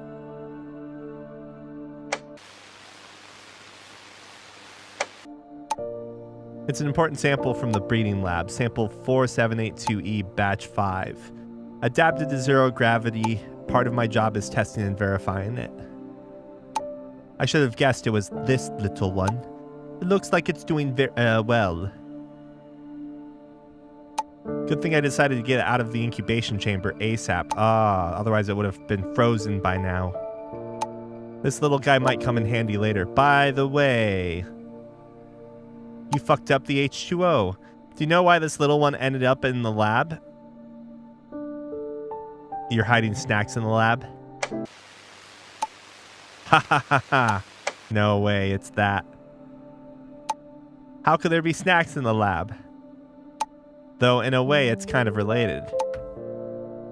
You'll know why in a second. Let me go grab something. My interest is waning. This might be one of those slow burn games. Like if you didn't have the content warning at the start of Doki Doki Literature Club, you would just assume the game's like bad? Not bad. I don't know how to put it. You would assume Doki Doki Literature Club is just like a whatever. What the hell? This piece of high purity Fresnel gem. Yoko would never let me touch it before. She's a stingy geologist. Bunny dogs love the smell of this mineral. That's why it came here. But yeah, Doki Doki Literature Club's like first third of the game or whatever you want to call it's pretty mediocre. This little chunk is probably worth quite a bit. Yeah, yeah, Bob, you said it exactly how I feel. Like it's that's beautiful. Sadly, these samples we find are only for research. You can tell so much of the script is written so either response makes sense, but one response makes way more sense. Honestly, if we could sell these, we'd be rolling in space cash by now. Makes sense, I guess.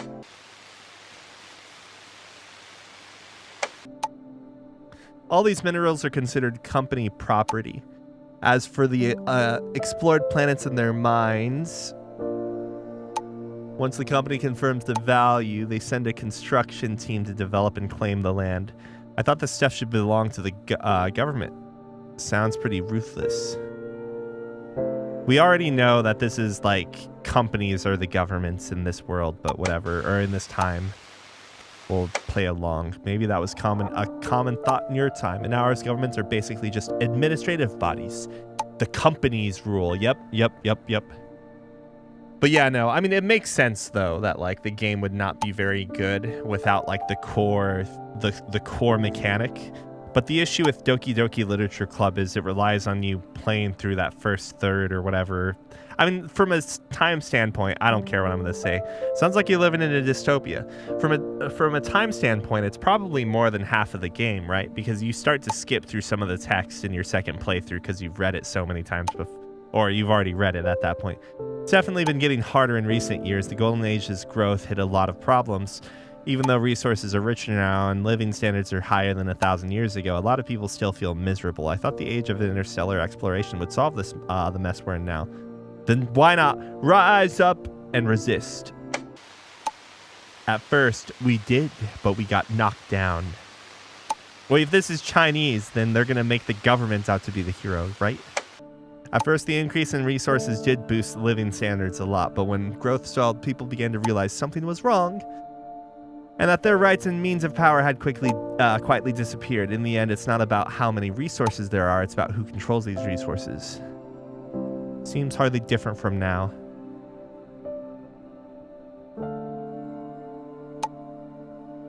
Humans will always be humans no matter how many years pass. Human nature doesn't progress.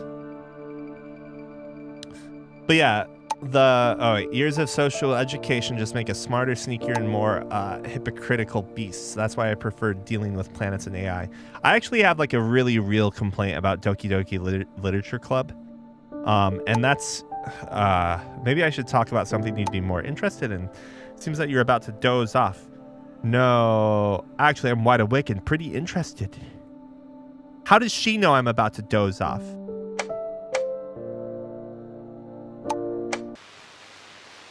But I don't feel like talking about it anymore. I don't know much about this stuff. Listen, I'm just a person trying to survive. Some of my views are probably me just rambling unconsciously. I never passed history or politics. Though for the record, I aced biology. So what do you want to talk? All right. What do you want to talk about? Don't you love space series? Well, there's interstellar warfare like in those series. I do read the Interstellar Galactic Villains light novel. That's when wars break. When planets are claimed and resources are fought over, conflicts are bound to happen. That's when wars break out. Have you seen a fleet of hundreds of space carriers clashing near a Stargate? Of course not. Our generation hasn't even left. No, but it sounds brutal and epic. I would rather. Oh, ha ha ha ha. One good thing about about future wars, they mostly don't affect us regular folks. We just see it on the news. What about mercenaries, damn it? Well, there's a fight going on a few dozen light years away, then we go back to work. Cool. Cool, seriously? Imagine it. A war costing billions. All just to fight over a mine. Not to defend carbon-based dignity against silicon invaders. Wars are brutal. But for companies, it's mainly about the huge asset drain. Look, that actually changed based on us saying cool. So now they try to compete peacefully. Whenever possible, though they still secretly want to destroy each other. That's why interstellar exploration has become a big part of the game. You're also doing that kind of work for the company.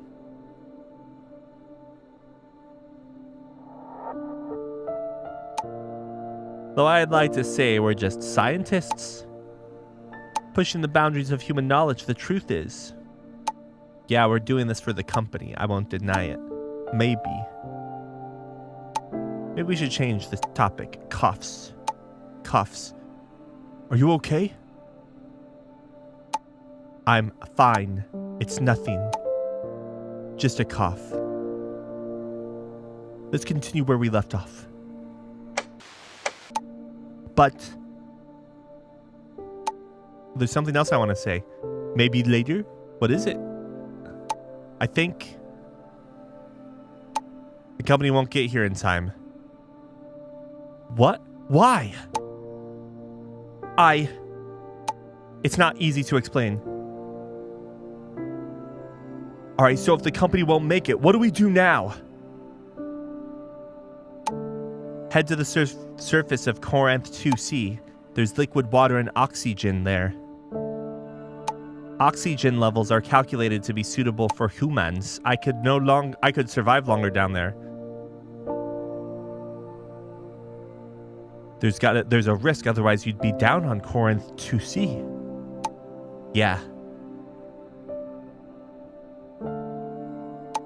Being on the surface could slow down the company's rescue efforts. And in its current condition, the otter might break apart entering the atmosphere.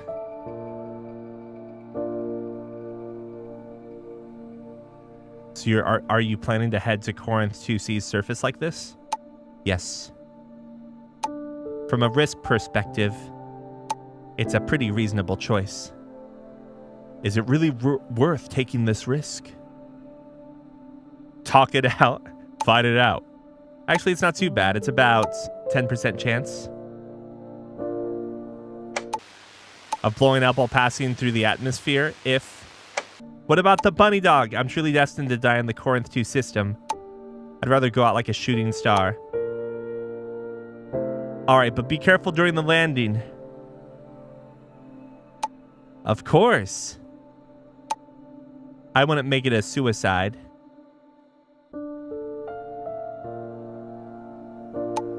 Alright. The otter's orbit is locked in. It's slowly gliding over. We've got some time to chat. What should we talk about?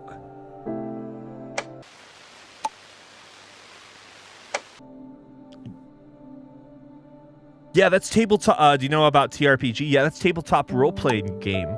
Players take on different roles, and there's a dice. Wait, where's my dice? It's not here. I'll go look for it. You can roll dice in zero gravity?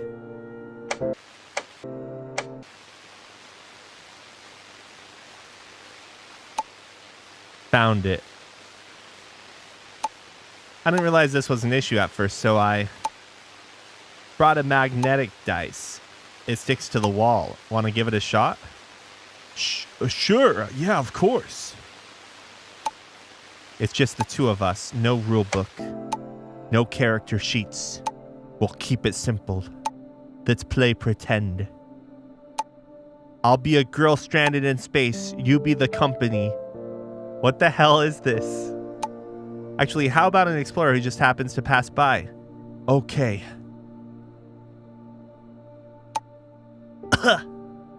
Is anyone out there? Help me.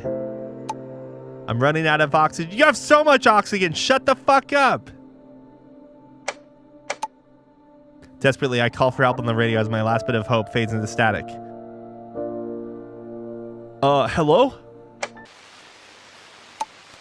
In the vastness of empty space, I finally hear a response. The surprise catches me off guard. I regain my composure and reply. I'm orbiting Corinth 2B. Requesting rescue. Requesting docking. Wait, what if you were a pirate ship? That's actually possible. But in the 31st century, there aren't many in that line of work. They're more of a thing in movies and games. Alright then, so... how's your intelligence? Oh, I think I'm alright. Let's set your intelligence at level 70. Now I'll roll a D100. If it's under 70, you can tell if I'm a pirate.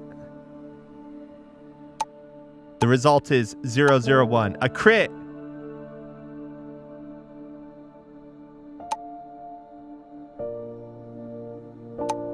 You realize this isn't pirate territory. And pirates wouldn't use a research ship to rob anyway. Alright, I'll choose to dock. Alright, your ship's dock successfully. The hatch opens. The once oxygen-deprived ship now fills with oxygen. You have so much oxygen! The girl from the research ship is safe. She runs over and... Are you alright?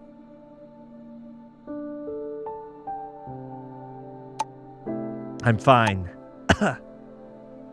You've been coughing all day. It's fine. Just a cough. I'll go take some suppressant. I'll be fine. Perhaps. Connection lost.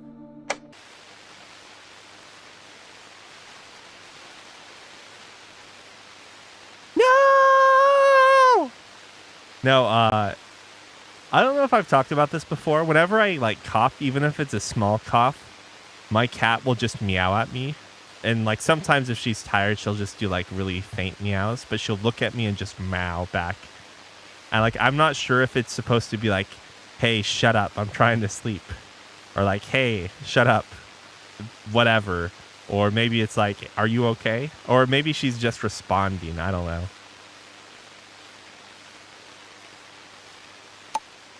Found him. Are you still there? How are you feeling? There's nothing serious anymore. The landing site is confirmed. We're about to land on Corinth 2C. What's the difference between Corinth 2C and 2B?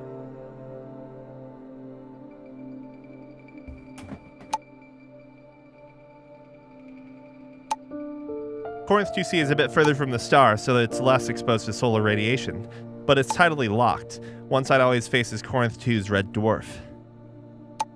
The liquid water has been observed near the terminator line. There's a higher chance of life. Maybe we'll actually find something living there. So does this increase the chances? So with liquid water, we can make oxygen, right? Your O2 meter is so high. Yes, it'll let us last longer. And if we're lucky, the atmosphere might even be breathable. Then what are we waiting for? Let's touch down. Almost there. Almost there. The fuel control is in your hands now. No! The engine room only has enough to accelerate one last time, so we have to get this right. When I say go, 15 seconds. Too short and we'll crash on the dark side's ice cap. Shit, are you fucking kidding me? Hold on, hold on. Hold on, hold on. Too long. All right. I'll try not to shake my hands.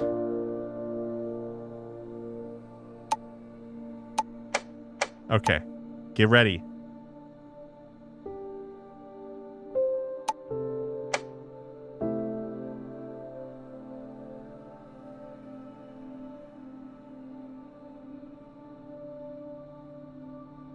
Ten.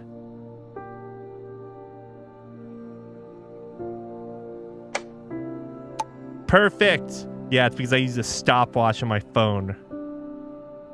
Perfect. The otter will now land smoothly near the water source in the twilight habitable area. Wait, the landing system is malfunctioning. We have to make an emergency landing.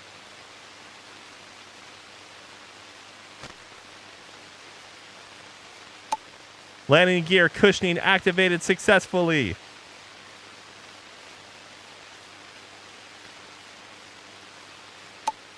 Adjusting descent angle.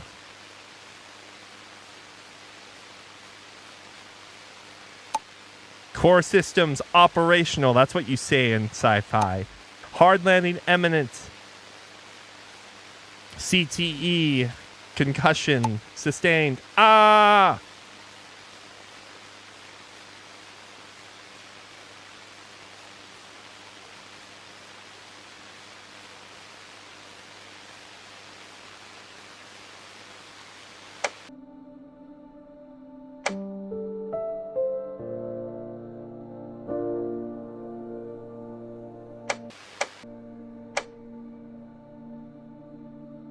Aliya, are you all right? Can you hear me? I can hear you. I'm all right. But I think my arm's broken. It hurts so much. The otter now has a couple of holes in it. What about the bunny dog? Or whatever. It's a miracle the power system is still running. I can easily grab a piece that fell off the otter to splint my arm. Broken arm, take it easy. Don't move around too much. Splitting your own arm, that's hardcore. Can you still move? Still a little dizzy from that hit. I feel like I'm seeing stars. My body doesn't quite feel like mine, but I can still move. With the ship damaged, the planet's atmosphere is flooded in. The oxygen generator is useless now. The instruments show the planet's oxygen content is at 31%. Unfortunately, besides oxygen, the atmosphere also has hydrogen sulfide, and the concentration is 1.3. 1 point something doesn't sound. What's hydrogen sulfide? What is it? It's a toxic gas, moron. Damn it. That makes the planet's atmosphere unbreathable. Good thing is that I had my helmet on before the crash. The safety manual rules really are based on experience. Now I only have the oxygen in my oxygen tank. Should last a few hours if I stay still. But if I start moving, it might not last long. No. Don't lose hope. It's fine. Planets with breathable atmospheres are rare in space. I kind of realized that already. But I still had a little hope, thinking I'd be lucky. So I'm a little disappointed. But it's actually alright. At least we found a planet that smells like rotten eggs. Haha. I hope the water source is usable. That way I can use the oxygen generator to refill my oxygen tank. I'll open the hatch and take a look. The water has to be usable, or the game would be over by now. Don't be so tense. The view on this planet is still pretty nice. It helps to relax the nerves.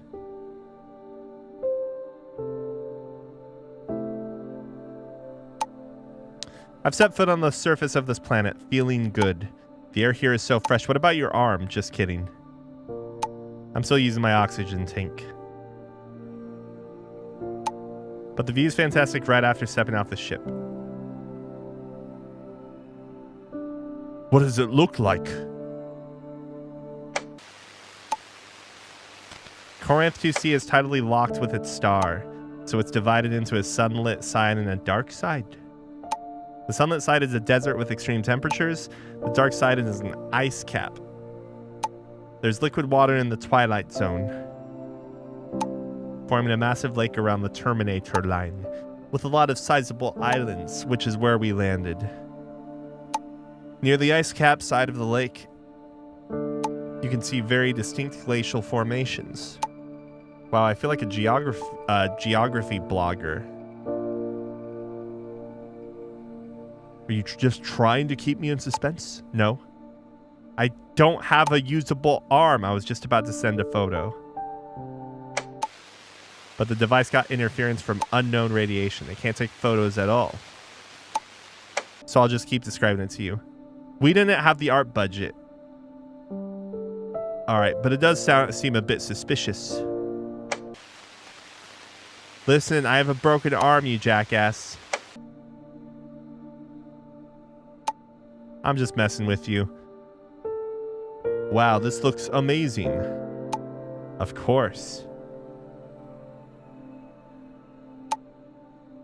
This kind of view ranks high among the planets I've explored. Since it's... in the twilight zone, the distant star looks like a sunset, casting a golden glow on the snowy mountains. An eternal sunset and golden snow-capped peaks. Cool, right? By the way, many people think sunlight in a red dwarf system would be red. But planets in red dwarf systems are usually close to their star, so the sunlight is still white. And because of the proximity of the star here, it looks 8 times larger than the sun. Ah. You can see Corinth 2b from here. It's huge.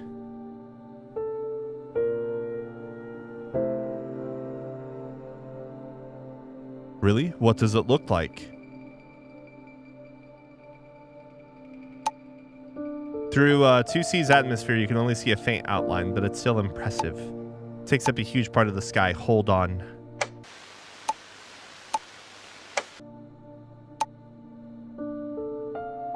See, it's still quite clear. Looks like a moon. Almost like a moon, but much bigger.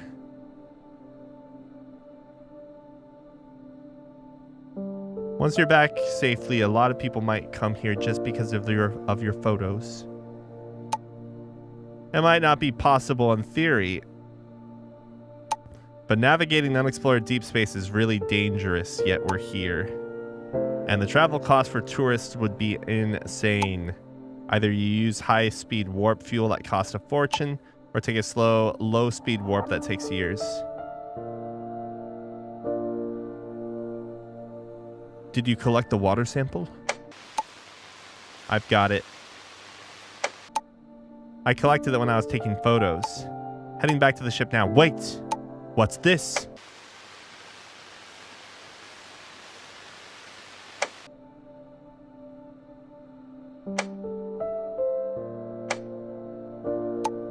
Just came back in. Hold on, I'll take a photo for you. It's so small I almost missed it. Just found this little thing outside. A mushroom? Wrong guess. It's actually a plant. Oh, I guess the branches, yeah. Thought it was some kind of mushroom at first, but it's a plant. These round parts are its leaves. They're black to absorb as much sunlight as possible. Actually, it's dark purple, but it's not very obvious. Well, does this mean humanity discovered another life-bearing planet? Yes. So lucky. Plants with life make up only a tiny fraction of the ones we've explored. Planets with life. Did I say plants? Of course, many planets don't even need to be explored to know they have none, but finding a planet with life still takes luck. Sometimes a planet can meet all the scientific criteria, but still have no life, which means we need to refine our theories. Water quality test is done. I'll go check.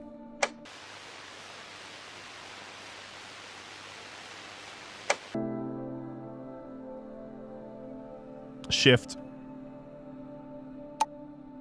There's an issue. What? Is it a big deal? The water contains a toxic substance. When used for oxygen production, it releases poisonous gas, so this is just... Don't be so pessimistic. We can just do it the good old-fashioned way. Like the Chinese, we just boil the water a bunch. That's a big discovery. Cheer up. Come on, cheer up. Are you really not... aren't you even a little scared? What if the company doesn't make it before you run out of oxygen?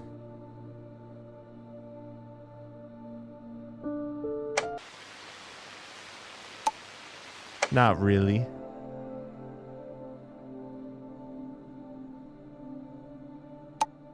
All right, maybe a little. My dad used to tell me going on a space adventure means not coming back. Means being prepared to risk your life. But even on the Otter, I'm the most timid and anxious one. Maybe I'm not cut out for space exploration. But even so, I still came here for it. Because the vastness of space is just too alluring. I feel kind of cool saying that. This time we weren't on a mission. This ship wasn't even approved to leave. What? Surprised, aren't you? The captain Ryoko said to me. Aliya, you're different from us. We've been here too long. We can't leave the company anymore. But you're different. You still have unfinished dreams. Leave here and go find your father. So that's how the escape plan was born. Ryoko took another light ship to cover our escape. But before we could make the jump, the Otter had already taken a lot of damage. I still remember what Kane said to me when he was badly injured. Be sure to cut into my second, whatever area. Forget about me. I don't want my existence to hold you back. Let me go meet Ryoko. I feel like I let everyone down. By the way, you know Laika? I know it was a dog from the Soviets used for manned space tests. Yes, they built a monument for it later. Didn't I mention before? Traveling in unexplored deep space is incredibly risky. But humanity's knowledge and resources need this kind of adventure. I was like, adventure to push the boundaries. Leica once made a huge contribution to space exploration, and now countless space explorers are doing the same. They're called Leica now, too, to contribute to humanity's exploration of unknown frontiers. I feel kind of fulfilled, but that's not the truth. It's just what the company says. What's the real truth?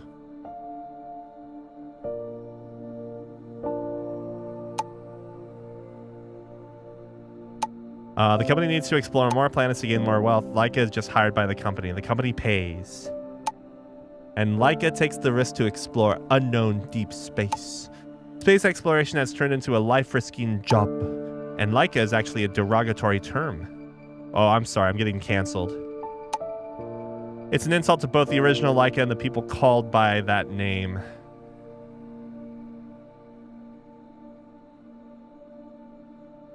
Oh my god, they're making money with their lives. It wasn't exactly rare in your time either. If there was another way, who'd want to risk their life for money?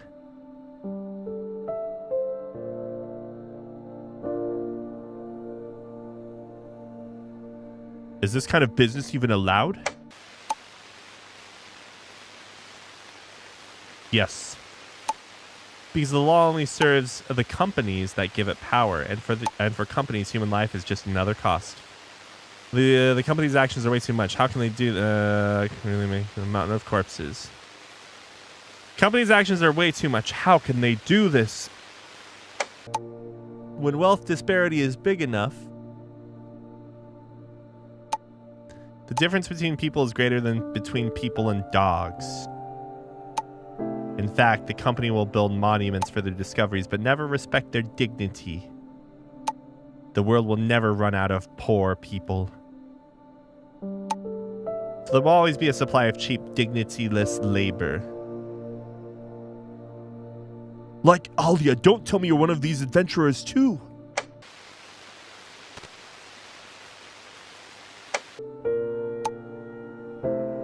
Me? I guess you could say that. Which is why I think the company won't come to save me. Especially not someone like me. For them to get here before I die, they need to use a high warp level, which costs a lot of money, and I'm not worth that much.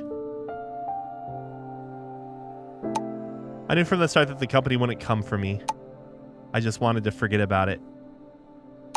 Pretending someone was coming to save me, Pepe hands. Otherwise, despair would consume me. You're a living, breathing person. How can they compare that to money? Didn't I mention before? Are you an idiot? We've already gone over this before. In the company's eyes, human life is just another cost. I'm no longer putting my hope in the company. If they really cared about me, I'd already have been rescued by now. So what do we do now? Do nothing. Just accept it calmly. To be honest.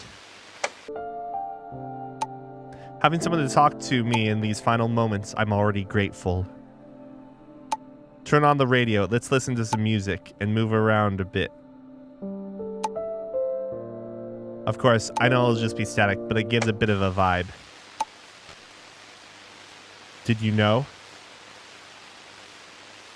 The static noise comes from the cosmic microwave background radiation, which means I'm now dancing in the afterglow of the Big Bang. Ha ha ha. That sounds super cool.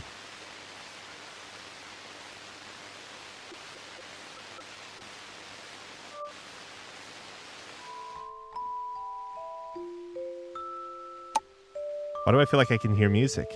There actually does seem to be music.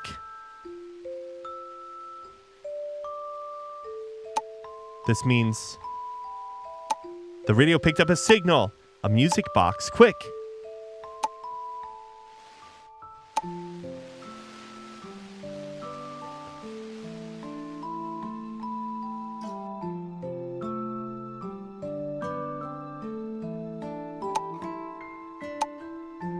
The analysis results are out. It's close, right nearby. Maybe on the other side of the mountain, heading out now. Maybe it's space pirates. Not very likely, friend. Every time we have space pirates as an option, I'm going to talk about it. Can't rule it out. Wait, I know the song. It's not far. It's her father, dead. If I run a little faster, I should get there in a few minutes. Oxygen should be enough.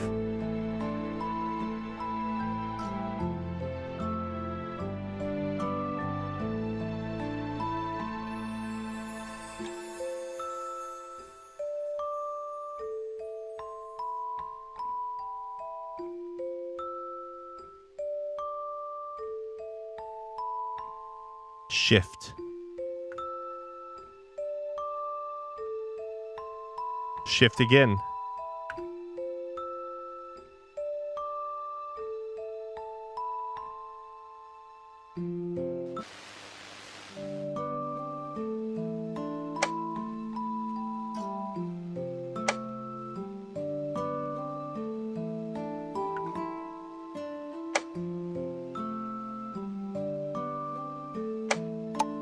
I can see it. A spaceship. Right at the foot of the mountain. It looks heavily damaged. It's amazing it managed to land nearby. What a coincidence.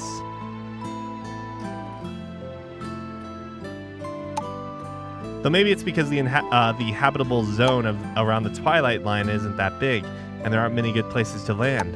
That spaceship looks just like the one I saw as a kid. I wonder if it's just my imagination. It's her father's spaceship. Be careful. What if someone's hiding in there? So are you going into the spaceship now? Of course. Whether or not it's his ship. Even if I can just grab an oxygen tank, it's worth it.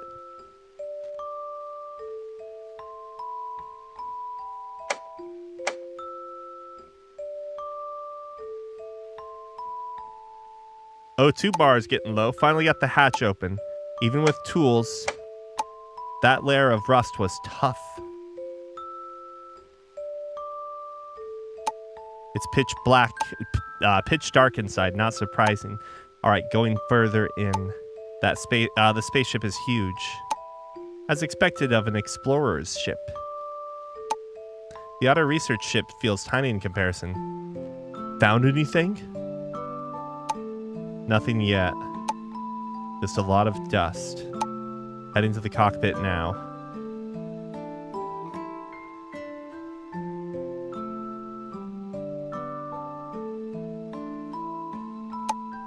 Ah! Oh my god! I don't dare go any further. What did you see? Skeletons. But there's a name on the name tag on the clothes. On the other hand, if the body has decomposed well, it means this planet has a rich microbial community. Maybe I can try to collect a sample. Well, with the current oxygen in my tank, I probably don't have the time. You're still thinking about research at a time like this?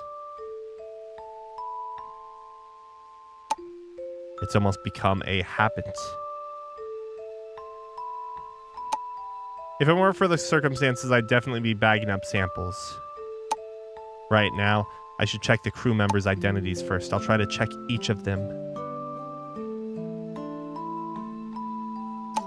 It's weird. All my father's adventure companions are here, but I don't see my father. Wait a minute. Their onboard AI, Cosmos, is still running, calculating the warp engine key for all these years. Still hasn't figured it out.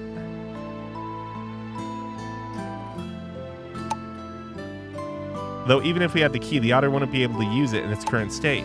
Still haven't found him. Let's check somewhere else. You're right. I haven't searched the whole ship yet. Can't jump to conclusions.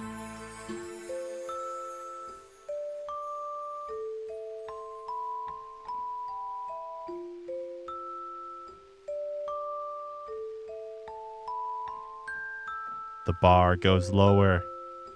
Lower. Only 2 clicks left, I think. Looks like they used up all the oxygen tanks. Checked all the rooms, except for the main control room. Are you ready for it? Not really. I'm afraid it'll be empty when I open it. This is, oh my god, all the oxygen I could ever need. It's him. He's leaning against a cabinet, holding a code box that says birthday gift for my daughter. Oh, open it. It's the music box. I'll try to open it.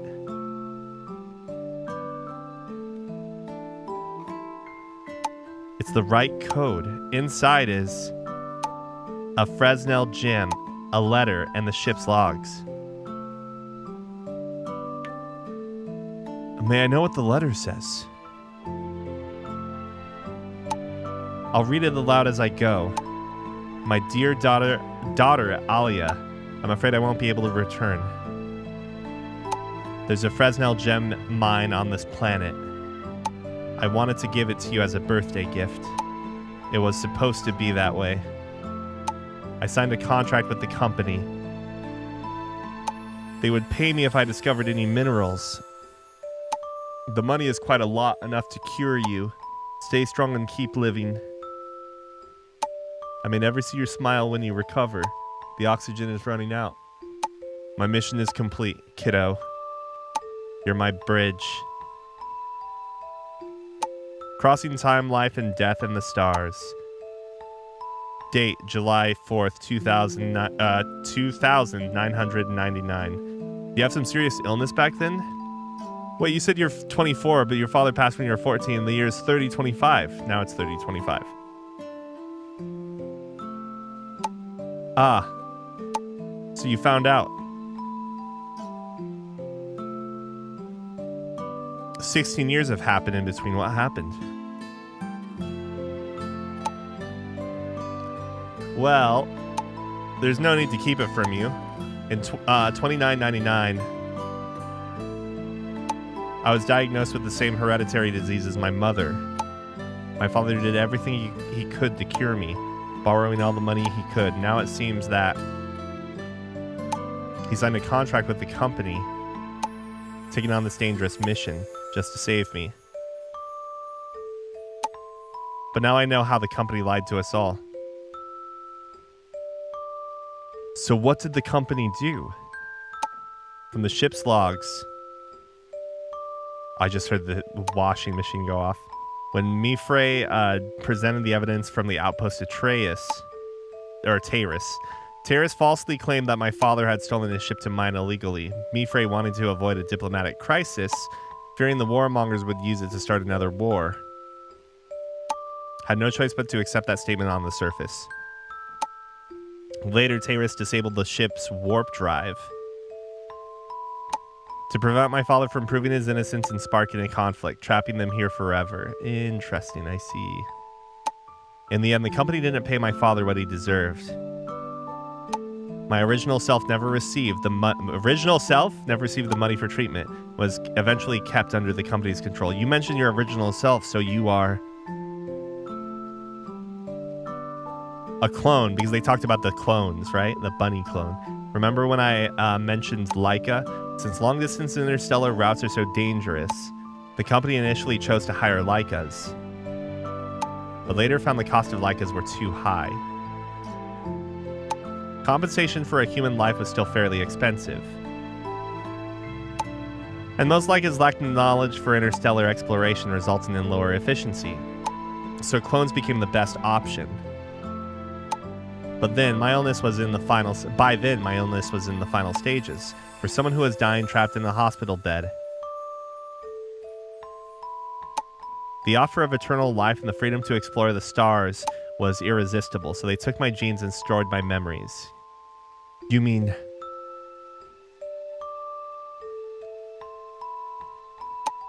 I'm a clone of Aliya, and with her memories transferred, I'm company property.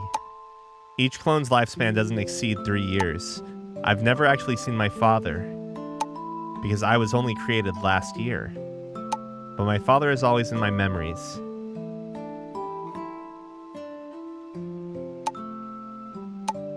Oh yeah, I own Xenoblade X.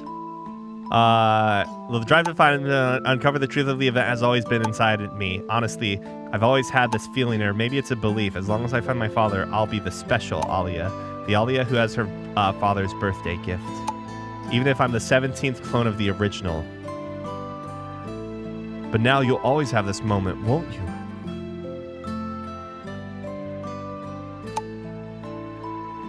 That is true. That's actually sitting on a table upstairs, and it's just been there for like a year.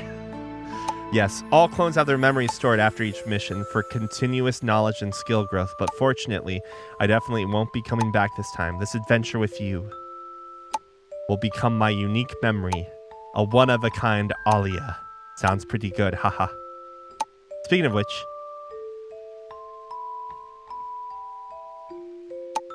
those who risked their lives exploring deep space last century for money, they were derogatorily called Laika. Do you know what we're called? The clone sheep Dolly? That answer's a bit mean. But you're close. Maybe that's part of the origin. We're called the dolls. It's quite fitting, right? Not like real people. We are forever young and immortal. Without full human rights, controlled by the company. So dolls exploring the unknown for humanity. That's so cruel.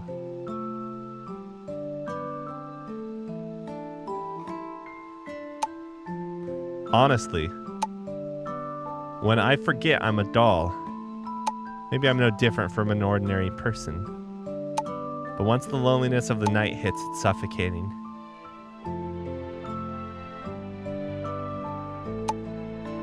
It's a kind of loneliness where you feel like you're not a person but an object, no intrinsic value, only the value of being used. At those times,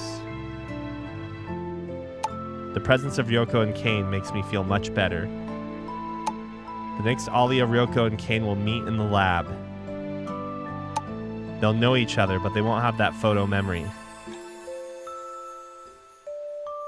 Dolls don't have human rights? We are dolls. Bearing humanity's ambition to explore the universe when the stars become our grave. The cycle of immortality begins anew. Do you think a doll's love has any worth? Yes, I think it does. Ah. I'm just reciting a poem that's passed down among dolls. Honestly, there's no need to be sad. My journey's about to end, but the next Aliya will appear, continuing this endless cycle. So what now? There's not much oxygen left in my suit. But going back to the ship really doesn't really make sense now. Let's play some music. Right here at the signal source. If you have your radio on it, you should be able to hear it too. I don't know what to say. This music sucks. It's a bit awkward. Come on. Stay on topic. Is there really no other way? Or you start a topic. No, there's no other way. Game over. The universe is calm and cruel. Just thought of that myself. If I start crying, will you take responsibility? So you're a crybaby, huh? If you really cry, snap a photo and send it to me. Just kidding. All right. Be strong. I don't want to see anyone crying for me anymore. Such a shame until the end. I never got to see what you look like. But the window here seems to face the direction of the solar system, and it seems we're separated by exactly 1,000 light years. So what I'm seeing is Earth from 1,000 years ago, which means the sunlight touched you after 8 minutes, then carrying the image of you Traveled through the universe for 1,000 years and finally reaching my eyes. Right now, I might be looking at you as you are. But I'm indoors right now. That's romantic. Didn't know you had it in you. Heh.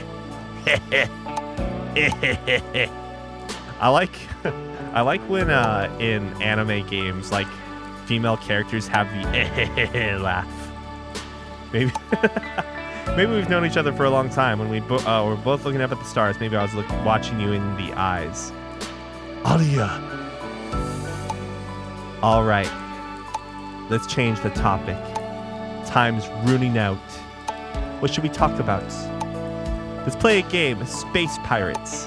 We keep saying things we like until one of us can't think of anything. I'll start first. Bunny dog. Girl stars. Let me think. Hyacinth? Otter. What is hyacinth? And Ryoko. Fresh baked.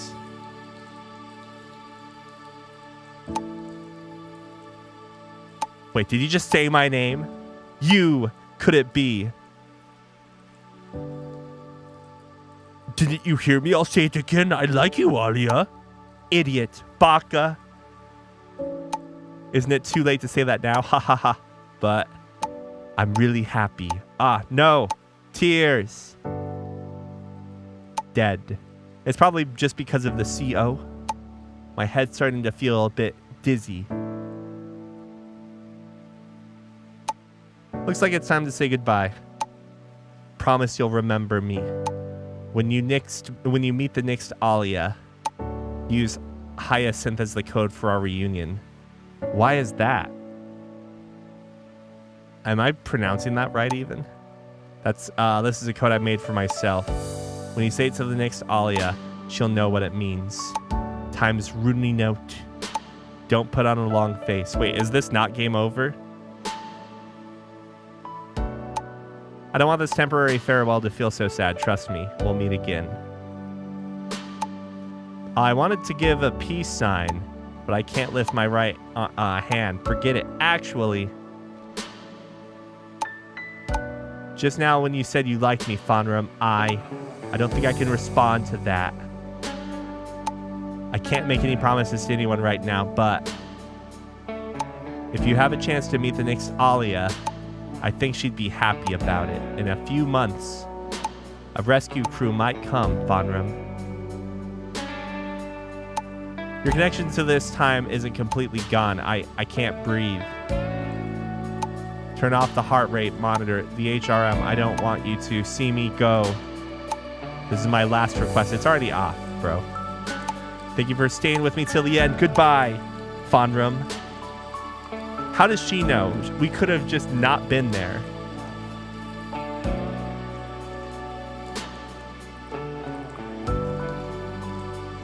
Do I turn it on?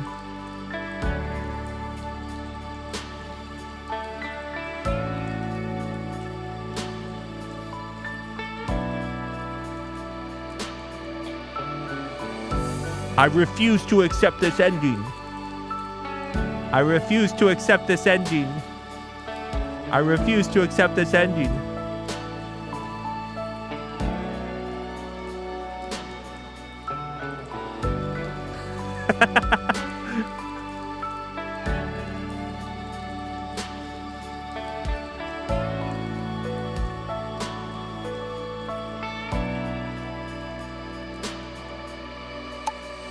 Beep.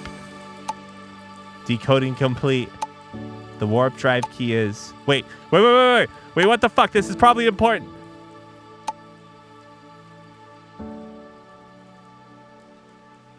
OX or 0XA89 BC52E. System will shut down soon.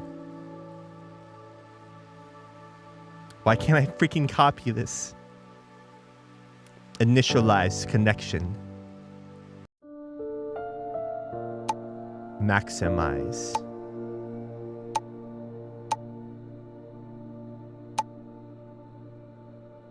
Kane, stop talking. I'm going to save you. I promise. What? Stop talking nonsense. Forget what the manual says.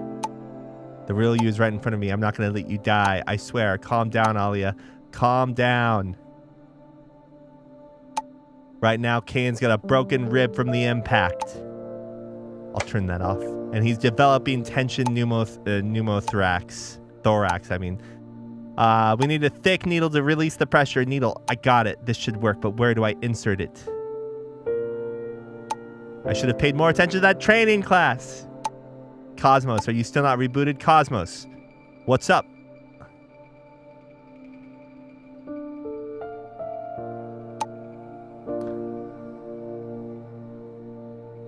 Second intercostal space. Yes, that's gotta be it. Kane, hold on. We're just gonna pretend to be Cosmos this time. Phew, it's done. Kane, I told you I wouldn't let you die. Cosmos, thanks for the help this time. Aliya, do you remember me? No, I should have kept being an AI. Why would you respond like this? Maybe it's a glitch in the program, but whatever. I need a few minutes to get Kane into the hibernation pod. We'll talk about this afterwards. While this is going on, I'm going to make sure I know how to pronounce this word.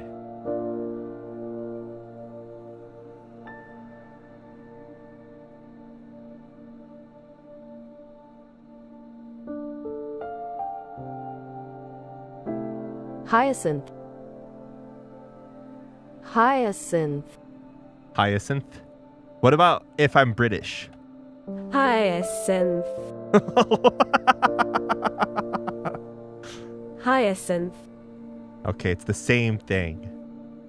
All right, let's click the button. All right, Kane's in the hibernation pod now. He's safe. Let's continue. Cosmos is the AI on board this ship. I've known Cosmos since I was a kid.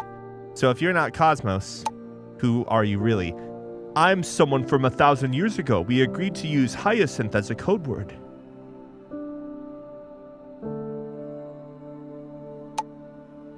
Hyacinth. It's you. All right, calm down. I know you have a lot to say right now, but there's something that it's just as it's just as you think. But let's deal with the urgent matter first before catching up. What about Ryoko? Damn it, we're just like whatever. Who cares? Go get the ship repaired now. But I haven't checked where the problem is. I know, just follow my instructions. Go to the engine room first. There's a problem with the pressure valve. Just break it. Just break it open. It won't explode.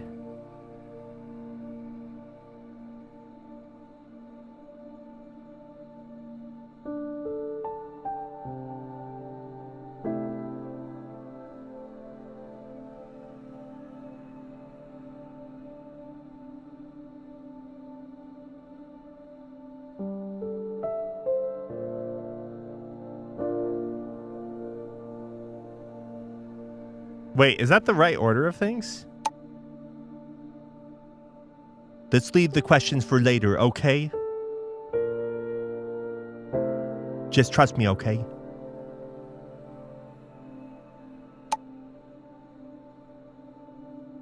Engine room. The temperature there will stabilize on its own.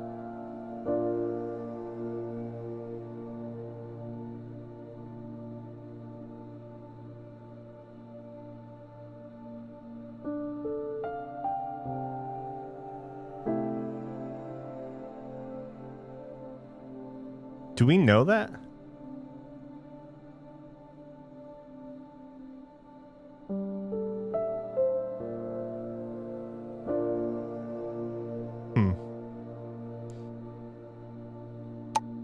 The engine room is fixed. Now onto the oxygen generator.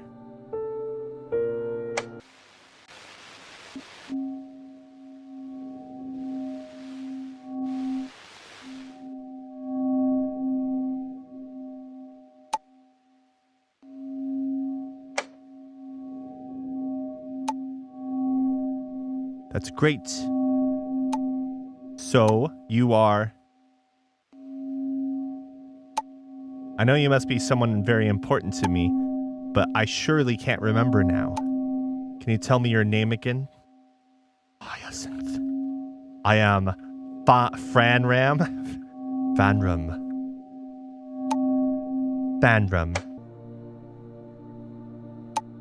I can't seem to recall anything related to this name.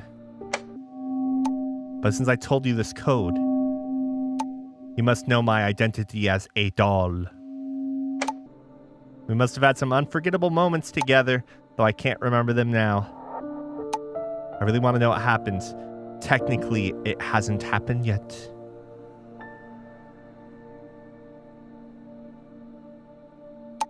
What do you mean?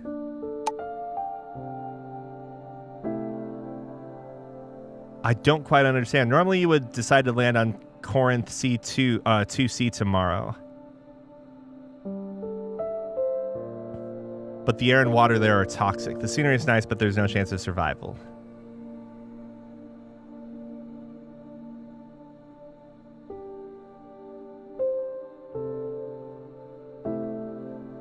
You found your father in the end, but you also... So in the end, you ran out of oxygen... no. You found your father in the end, but you also... ... My father is there? I knew it. It's too dangerous. You can't... you can go there anytime after you're rescued. You can't go there. I don't want to lose you again.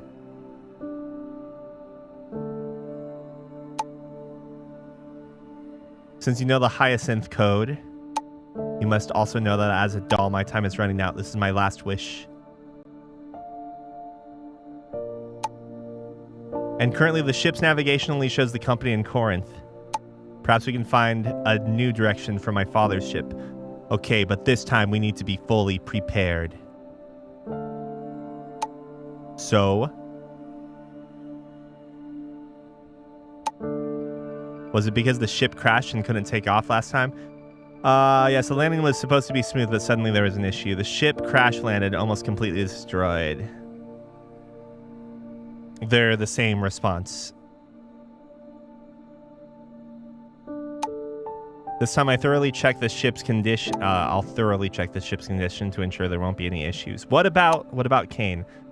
I'll go conduct a full health check on Otter now. Don't rush. Make sure the warp drive is fixed. We don't know if it will affect the landing.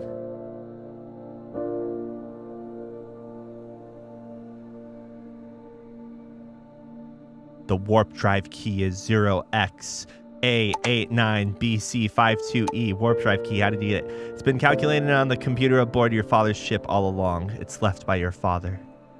Let's make it sound more impactful. Just a while after you went away, the key was calculated.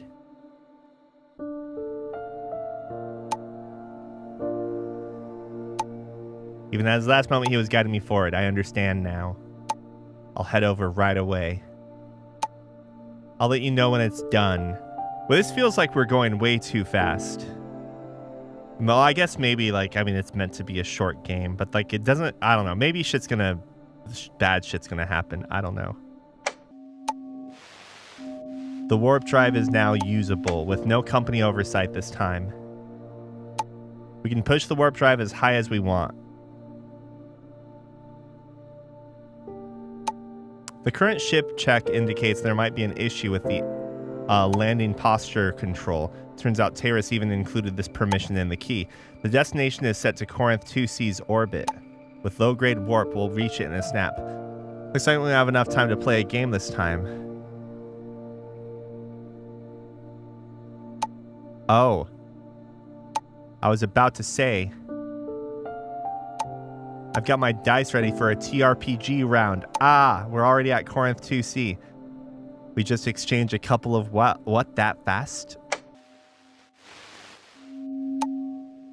How slow could the warp drive be?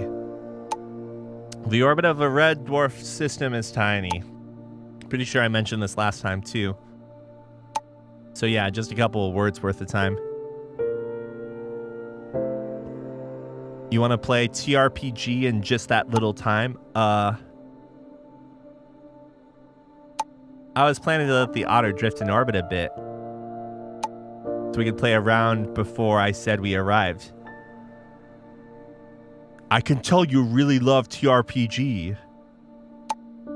It feels like It feels like TRPG is the favorite thing you put into Earthbound. That's like the favorite thing, so they throw it into text and sentences.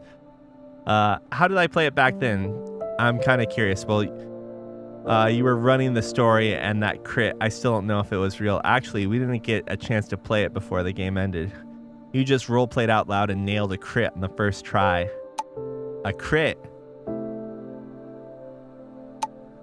If it were real, I would have snapped a pic for you. Sends a picture of the dice. It was a 001. Isn't that supposed to be a critical failure? What are they doing in China? Let's see if the timeline changes if I roll it in. Recording now. Ahem. I'm rolling the dice now. And the result will be 001.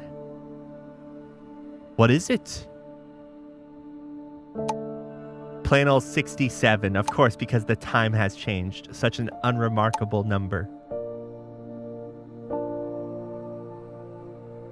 It's plain, but from 1 to 100, there's only one unique 67. It's nothing special. Oh, is that the case? But does this mean our fate has changed this time? I'll only believe it once you're safe. Next up is finding my father's ship. Last time was pure luck. We just happened to land close by. But that wasn't so bad, actually. The Twilight Zone isn't that wide. Not many suitable landing spots. But now that fate's been altered, a random landing this time might miss by a mile. Let's see if there's a way to lock down the location. You sent me a bunch of photos before. Let's see if they can come in handy. What about the selfies?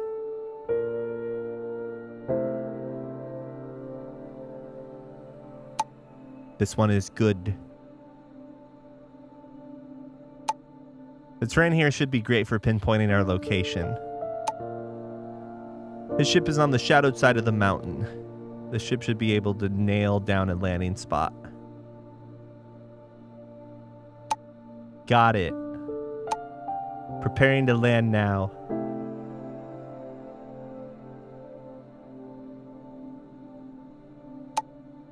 Landing gear buffer initialized smoothly.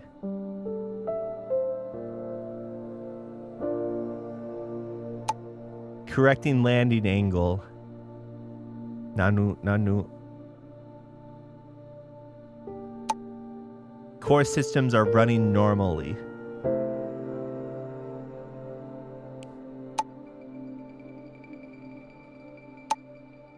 Just a few steps away from the ship. Phew, what a relief. Nice job. Wow, this is going so much faster than it did before. Ship stable. I'll be able to find him soon. So excited. Remember to bring your tools. The door is rusted and tough to clean. This reminds me of a different game. Also, he's in the control room.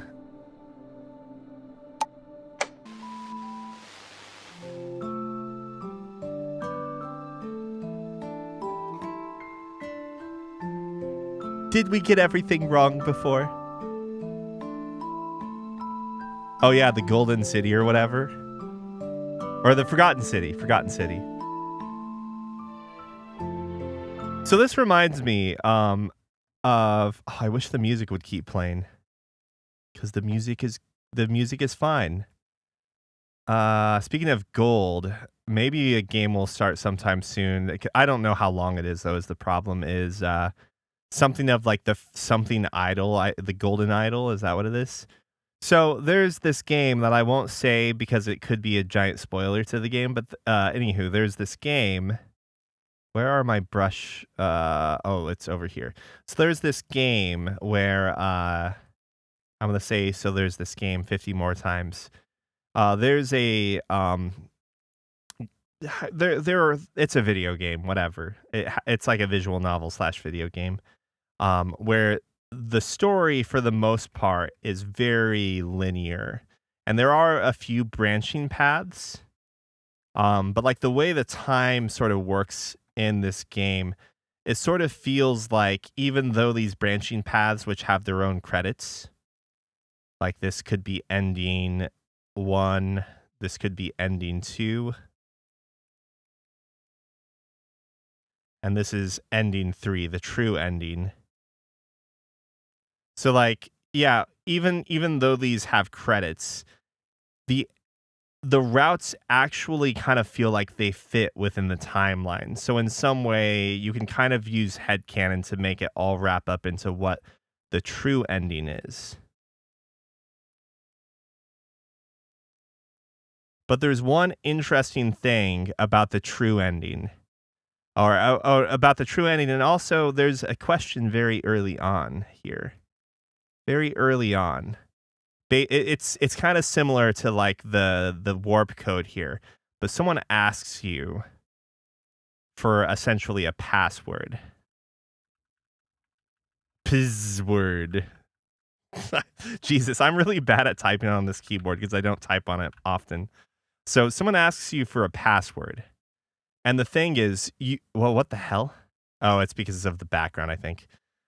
So the password here, which you would only know from this ending, you literally get the password as one of the final things that happens at the end of at the end of the true ending. And when you give the password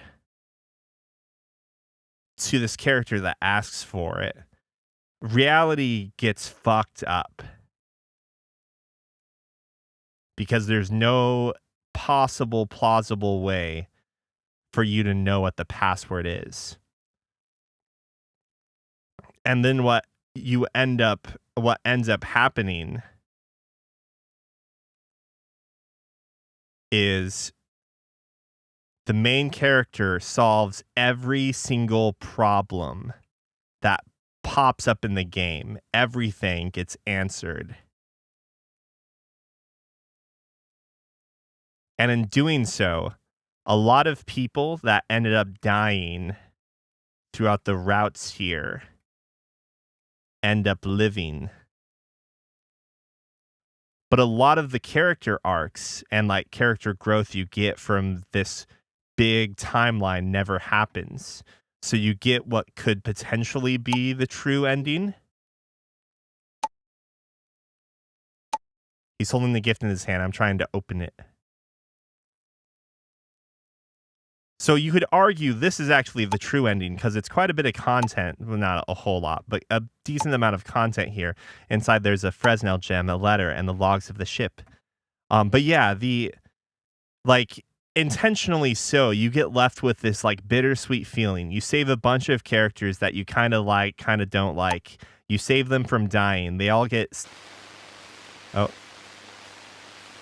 Take all this evidence as proof, all proof of Terrace's crimes.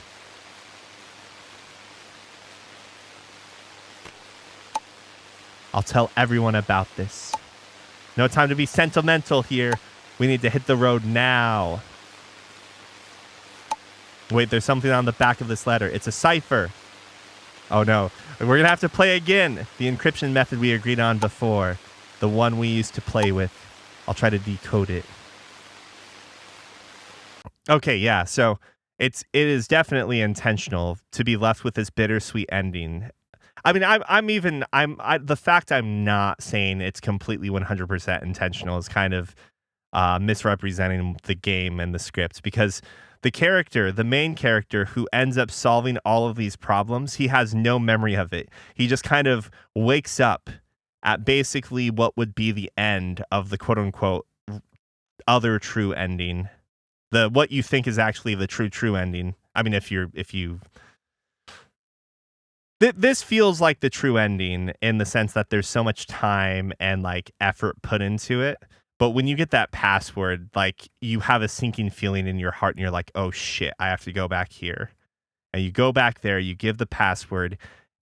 The main character, or one of the main characters, I should say, solves absolutely everything, but he does it through like a different stream of consciousness or something. He wakes up after it's all been done and is just like, it's coordinates, and it's even formatted specifically for the warp drive. I'll head back to the Otter and check it out. This is my first time hearing about this. You didn't mention this before.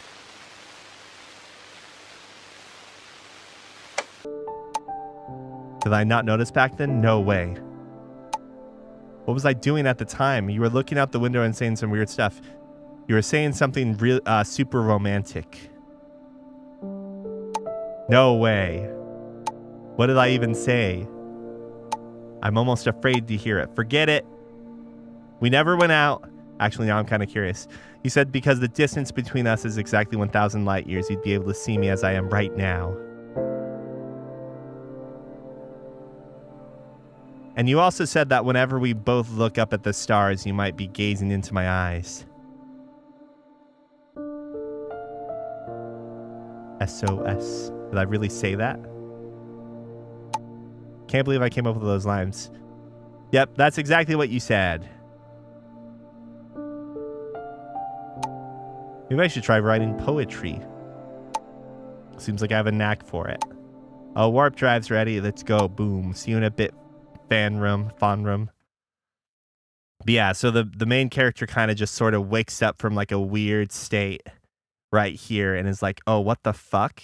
And I won't get too much more into it, but definitely you get left with like this sort of, I don't know, weird feeling in your gut.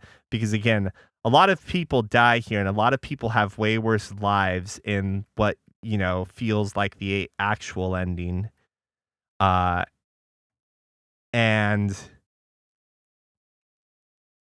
like technically speaking, the true ending, or like at least the final ending, is way better from a standpoint of how many people live and like the outcome of everything. But yeah, it's hard to really feel like you're doing the right thing because you rob all of the character growth in this timeline. You rob all of it. Oh, there's also Infinite Wealth. I'm pretty sure I own that game. Maybe, do I own that game? I think I do. That's another game we haven't even gotten to. That was a 2025 release as well. Why? Wait, was it? Why haven't people talked about this? How long was the playtime for this game, including all routes? I think 5 hours is what I saw of like the 100%. And then 1 hour to play it. Though I didn't know you could skip through these parts by hitting shift. I've got there. This is a space farm at a Lagrange point. A space farm. Well, at least you don't have to worry about air or food now. A space farm. Oh, it was 2024. Damn. Pirate Yakuza though is 2025, right? Not pretty sure. Not pretty sure, but I can see loads of stuff growing under the clear glass. There are also mirrors outside to direct sunlight. Guess I'll go take a closer look. It's full of Aliyas. Anyways, though, this sort of feels... I mean, if it's super fast, it doesn't matter because it doesn't necessarily... I don't know. This feels similar because it feels like you're kind of robbing the character of certain growth and so forth. But also, they have a super shitty situation going on, so this is necessary. I'm inside. Someone's questioning me. Whoa, hey. Why do you have guns here? Why do they have guns here? They said I have to go through a full inspection. I'll have to log off for a while.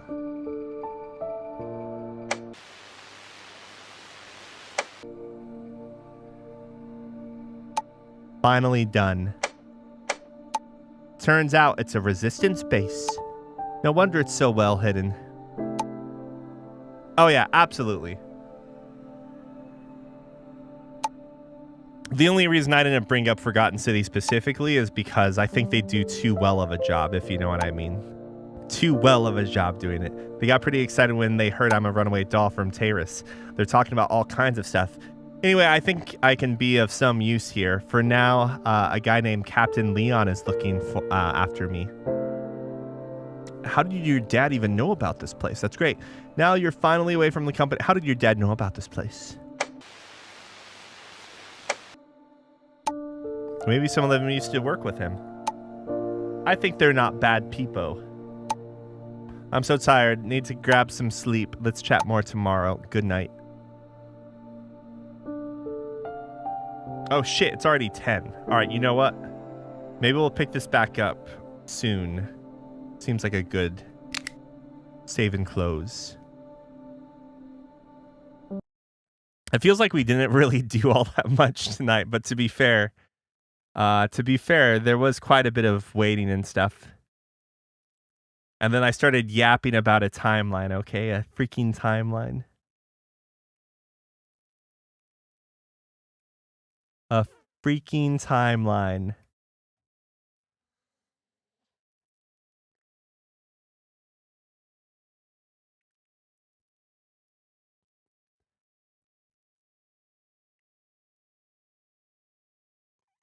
Yeah, we'll see. We'll see what we do tomorrow. Hopefully it'll be 100 line if Tiff feels up to it. If not, we'll finish this and then go to another game. Maybe I should.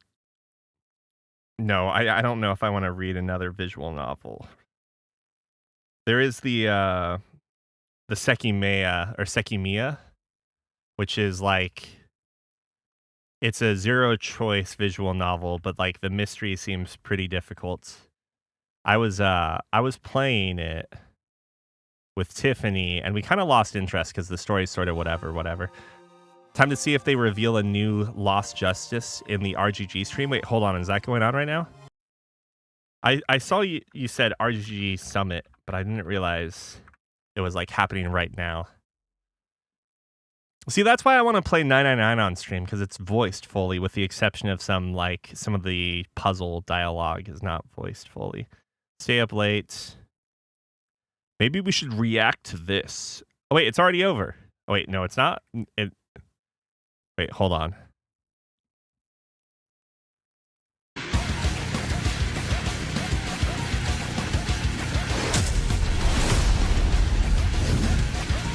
Wait, why is there no closed captions for male or male?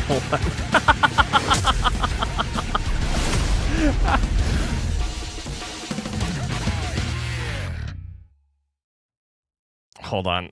Is it over? Oh no, it literally is 会場にお越 just しの皆 starting. 様、そして配信をご視聴の皆様、本日は RGG サミット2025ご覧いただきまして誠にありがとうございます。 I really wanted セガ留学ごとくスタジオ代 shittily 表の AI 横山です translations. 本日は留学ごとくスタジオで Shittily 今 translated 開発している captions, I mean. 最新のタイトル、その他もろもろ留学ごとくスタジオが取り組んでいる Okay, no, it's getting late. I'll have to watch this tomorrow. So have a good night. お願いしまそしす。て本日のありがとうございま MC をす。務めます内田敦子と申します。どうぞよろしくお願いいたします。さて横山さん、龍が如くは今年の12月8日でついに20周年を迎えるということ